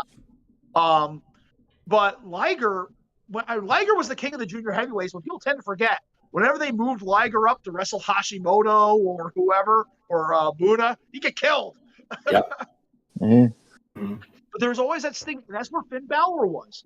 Finn Balor, yes, they did elevate Finn Balor. He did win some key matches in the G1. He did beat Tanahashi once, but for the most part, he got destroyed when he could never pull through and win the world title. When it came to, at least in WWE, he got it, NXT and the first ever Universal Champion. Yep. Yeah, he's been booked better as a heavyweight in WWE than he was in New Japan. I would agree. He had two amazing NXT runs. His main roster run, it could be. I mean, he got hit with bad luck. Yeah, he was a victim of bad luck. Yeah. Because, he comes right in, first match, beats Roman, and then a few weeks later, first ever Universal Champion, the fastest in WWE history for a guy to get a world title, but shoulder injury. He pinned John Cena, too. He's pinned Cena. Yeah. He had a hell of a match against Brock. Yep. Match of the year with AJ, Yep. which was made on the fly. Yeah. Yep. Yeah. So I mean, you cannot complain about his run. Finn Balor's run has been above average compared to a lot of guys. And the big factor, when he was in NXT, he was the highest merchandise sales guy. He sold the most T-shirts. Yep. So, I think somebody said, I think it was like Kevin Nash made kind of the analogy. He got sick and tired of selling Polaroids. He wanted to go to graphic design. And that's what basically Finn Balor did, going from New Japan to WWE. In Japan, he could do crazy stuff and have amazing matches and do all kinds of stuff, not get paid as much. Come to America, work on character development, get that over so you don't have to do as much in the ring, and you make even more money. Yep. Sounds like a guy that only has about 46 minutes in his entire run in the WWE, don't you think?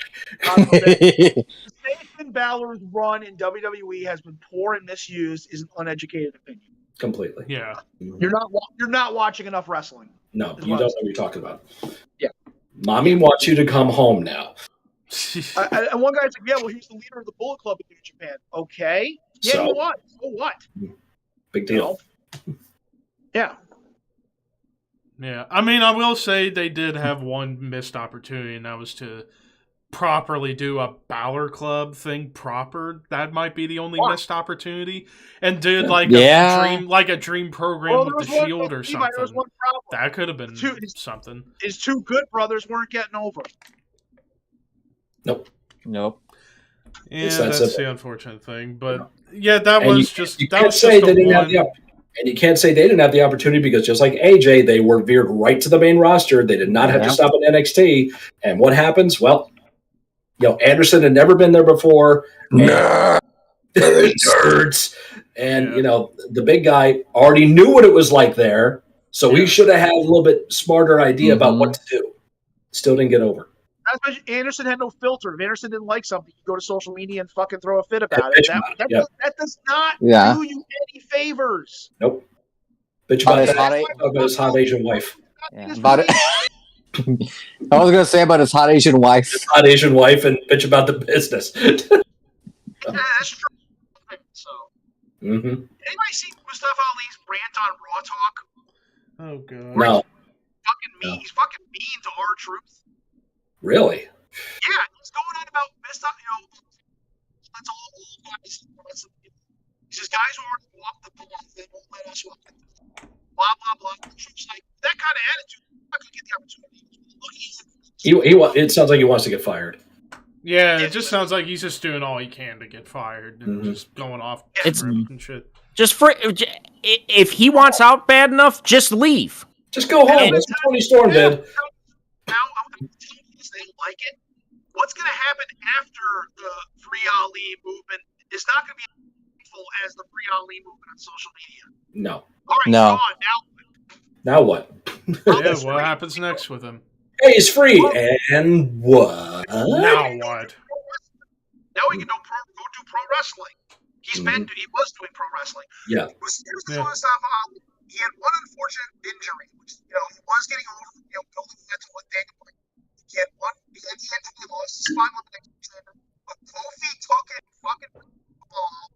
Those fans who were behind Mustafa Ali.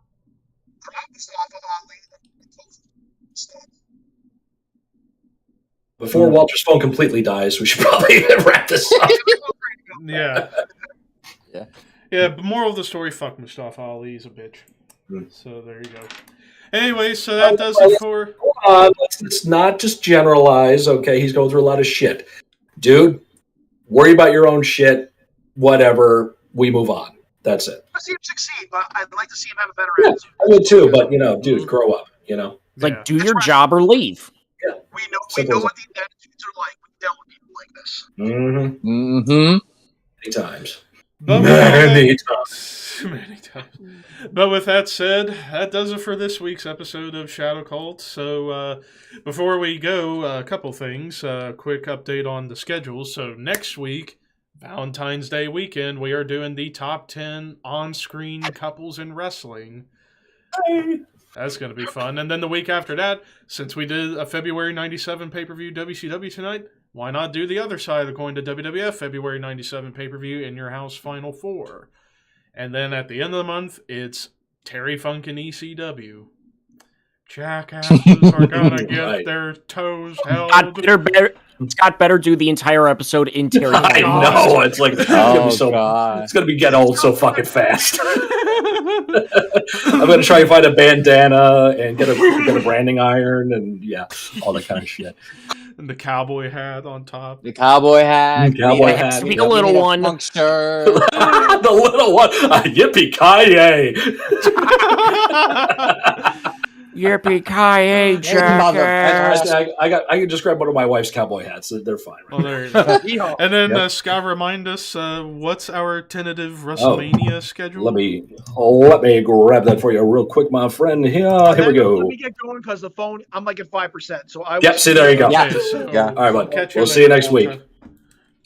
All right, for the month of March, we have WrestleMania 4 will be the first WrestleMania we check out the first week of March. Then the weekend after that, we're doing top 10 WrestleMania openers. Then the week after that, we are scheduled to check out WrestleMania 28. And to round out the month of March, we are going to do top 10 WrestleMania's worst main events. And that's all we have scheduled so far for this year. So far. So I can imagine April is going to be like a variety month, kind of like this month. Yeah.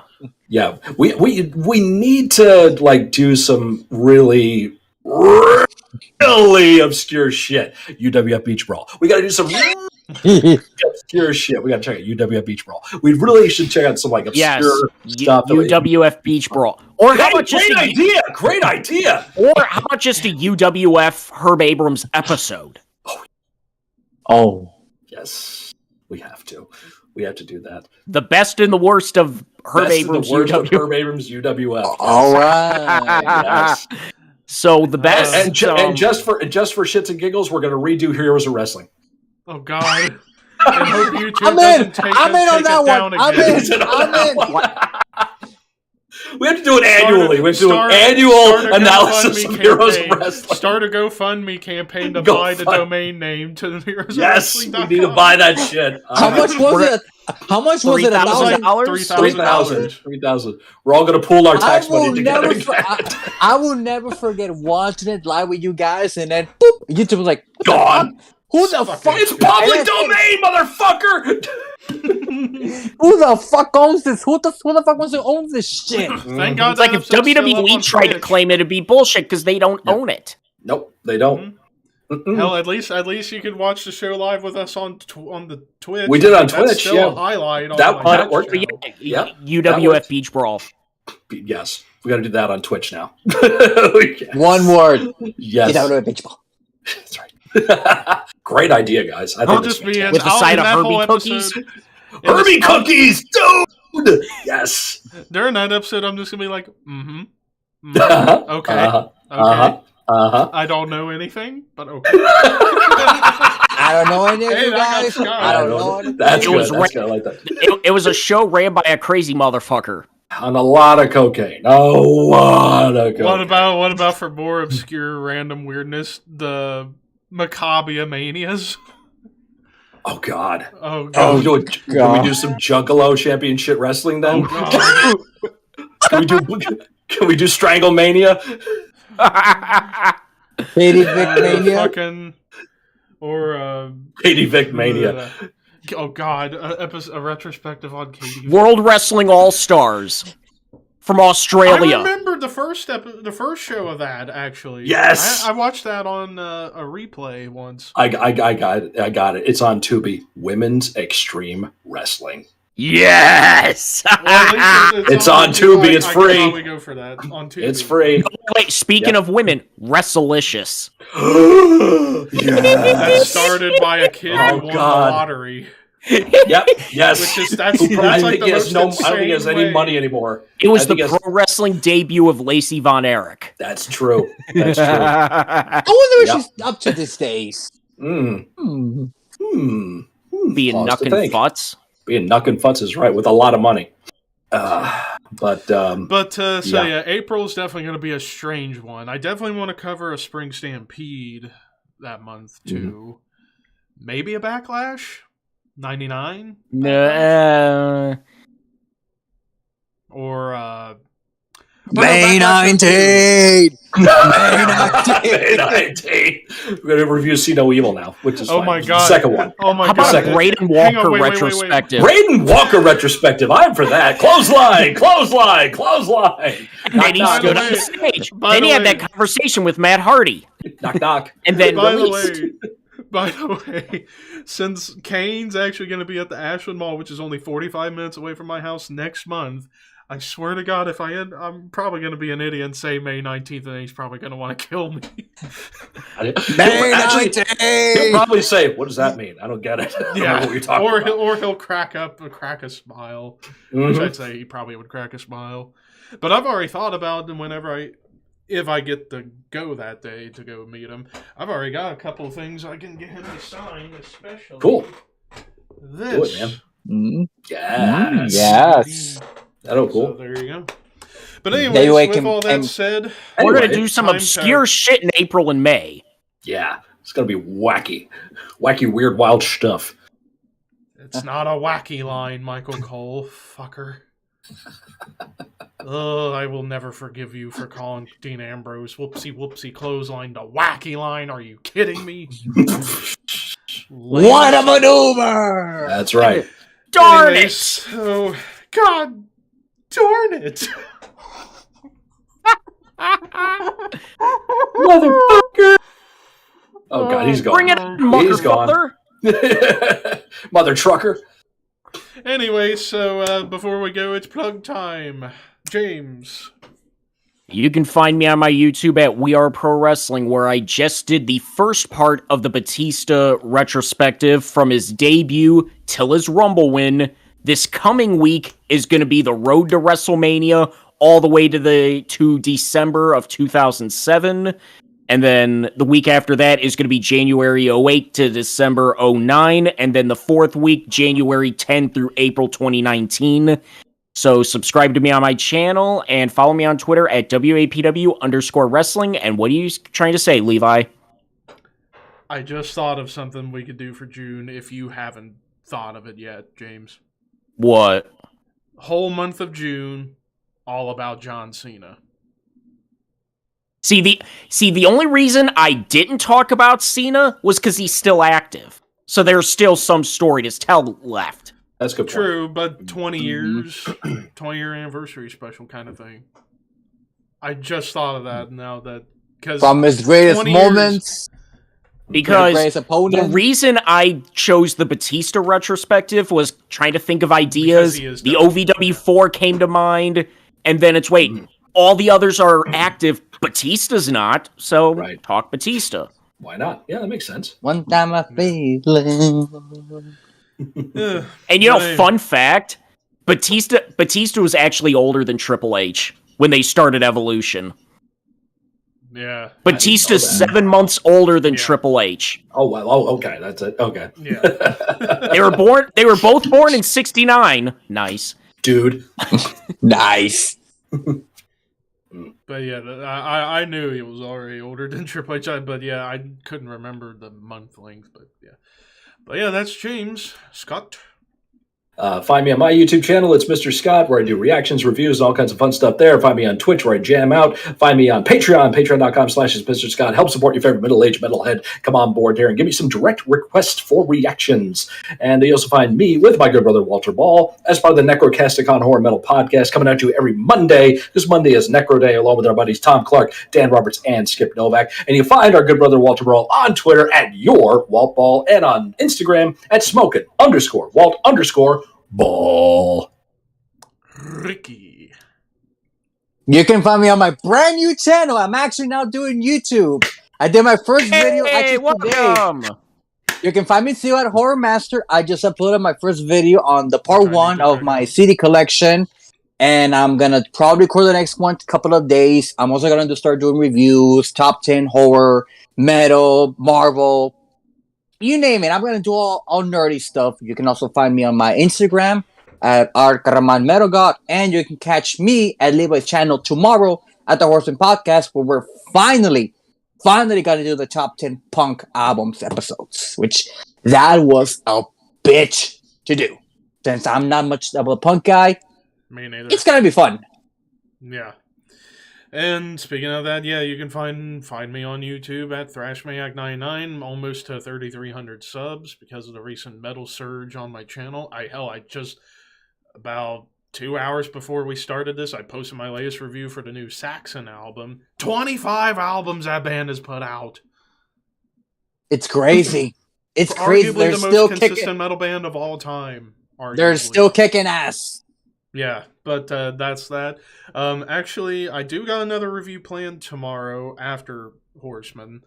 Unsure. I'm probably going to do Korn just because that's the other big release that came out this weekend. And I've enjoyed the last couple of ones, so who knows, maybe it'll be better or it'll go down a bit. But you never know. But of course, during the middle of the week, I do the Under the Radar series where I talk mostly the underground stuff and give quick opinions and reviews, and that series has gotten a lot of attraction from the bands I talked about, like the band Boot. They reached out to me on YouTube and Instagram after I talked about their stuff. Vicious Nights even loved the review I did where I gave it a perfect score because it's a perfect album.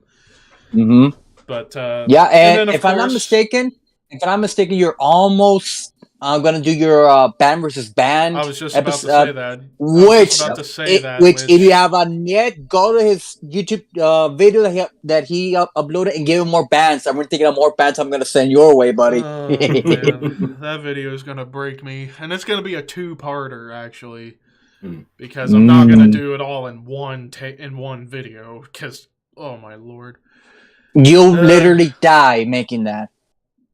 Yeah. And so next up, you're gonna do album. Eventually, album versus album will happen, but it won't be for like another couple. You should really break up. You should really break them up over multiple videos. Make a whole series of it. Don't just do 2 parts. Do like 5 matchups each video. Break it up. Give yourself room. Yeah. With then again, if I only do 5, some of them will be like very quick, like easy, and so I would probably if I were to break them up, maybe 10. I don't know. We'll see. And it also gives me less time to edit too, because oh god, that video is going to be a pain to edit, to put the band logos with the Versus logo and shit, and then it will highlight which one. That's going to be a bit of a pain. I don't know how Necrotic Nick from the Thrall's Meld does it, but kudos to him. But yeah, there's that. Still am working on another albums of a genre for beginners series. So far I've done death metal and traditional metal.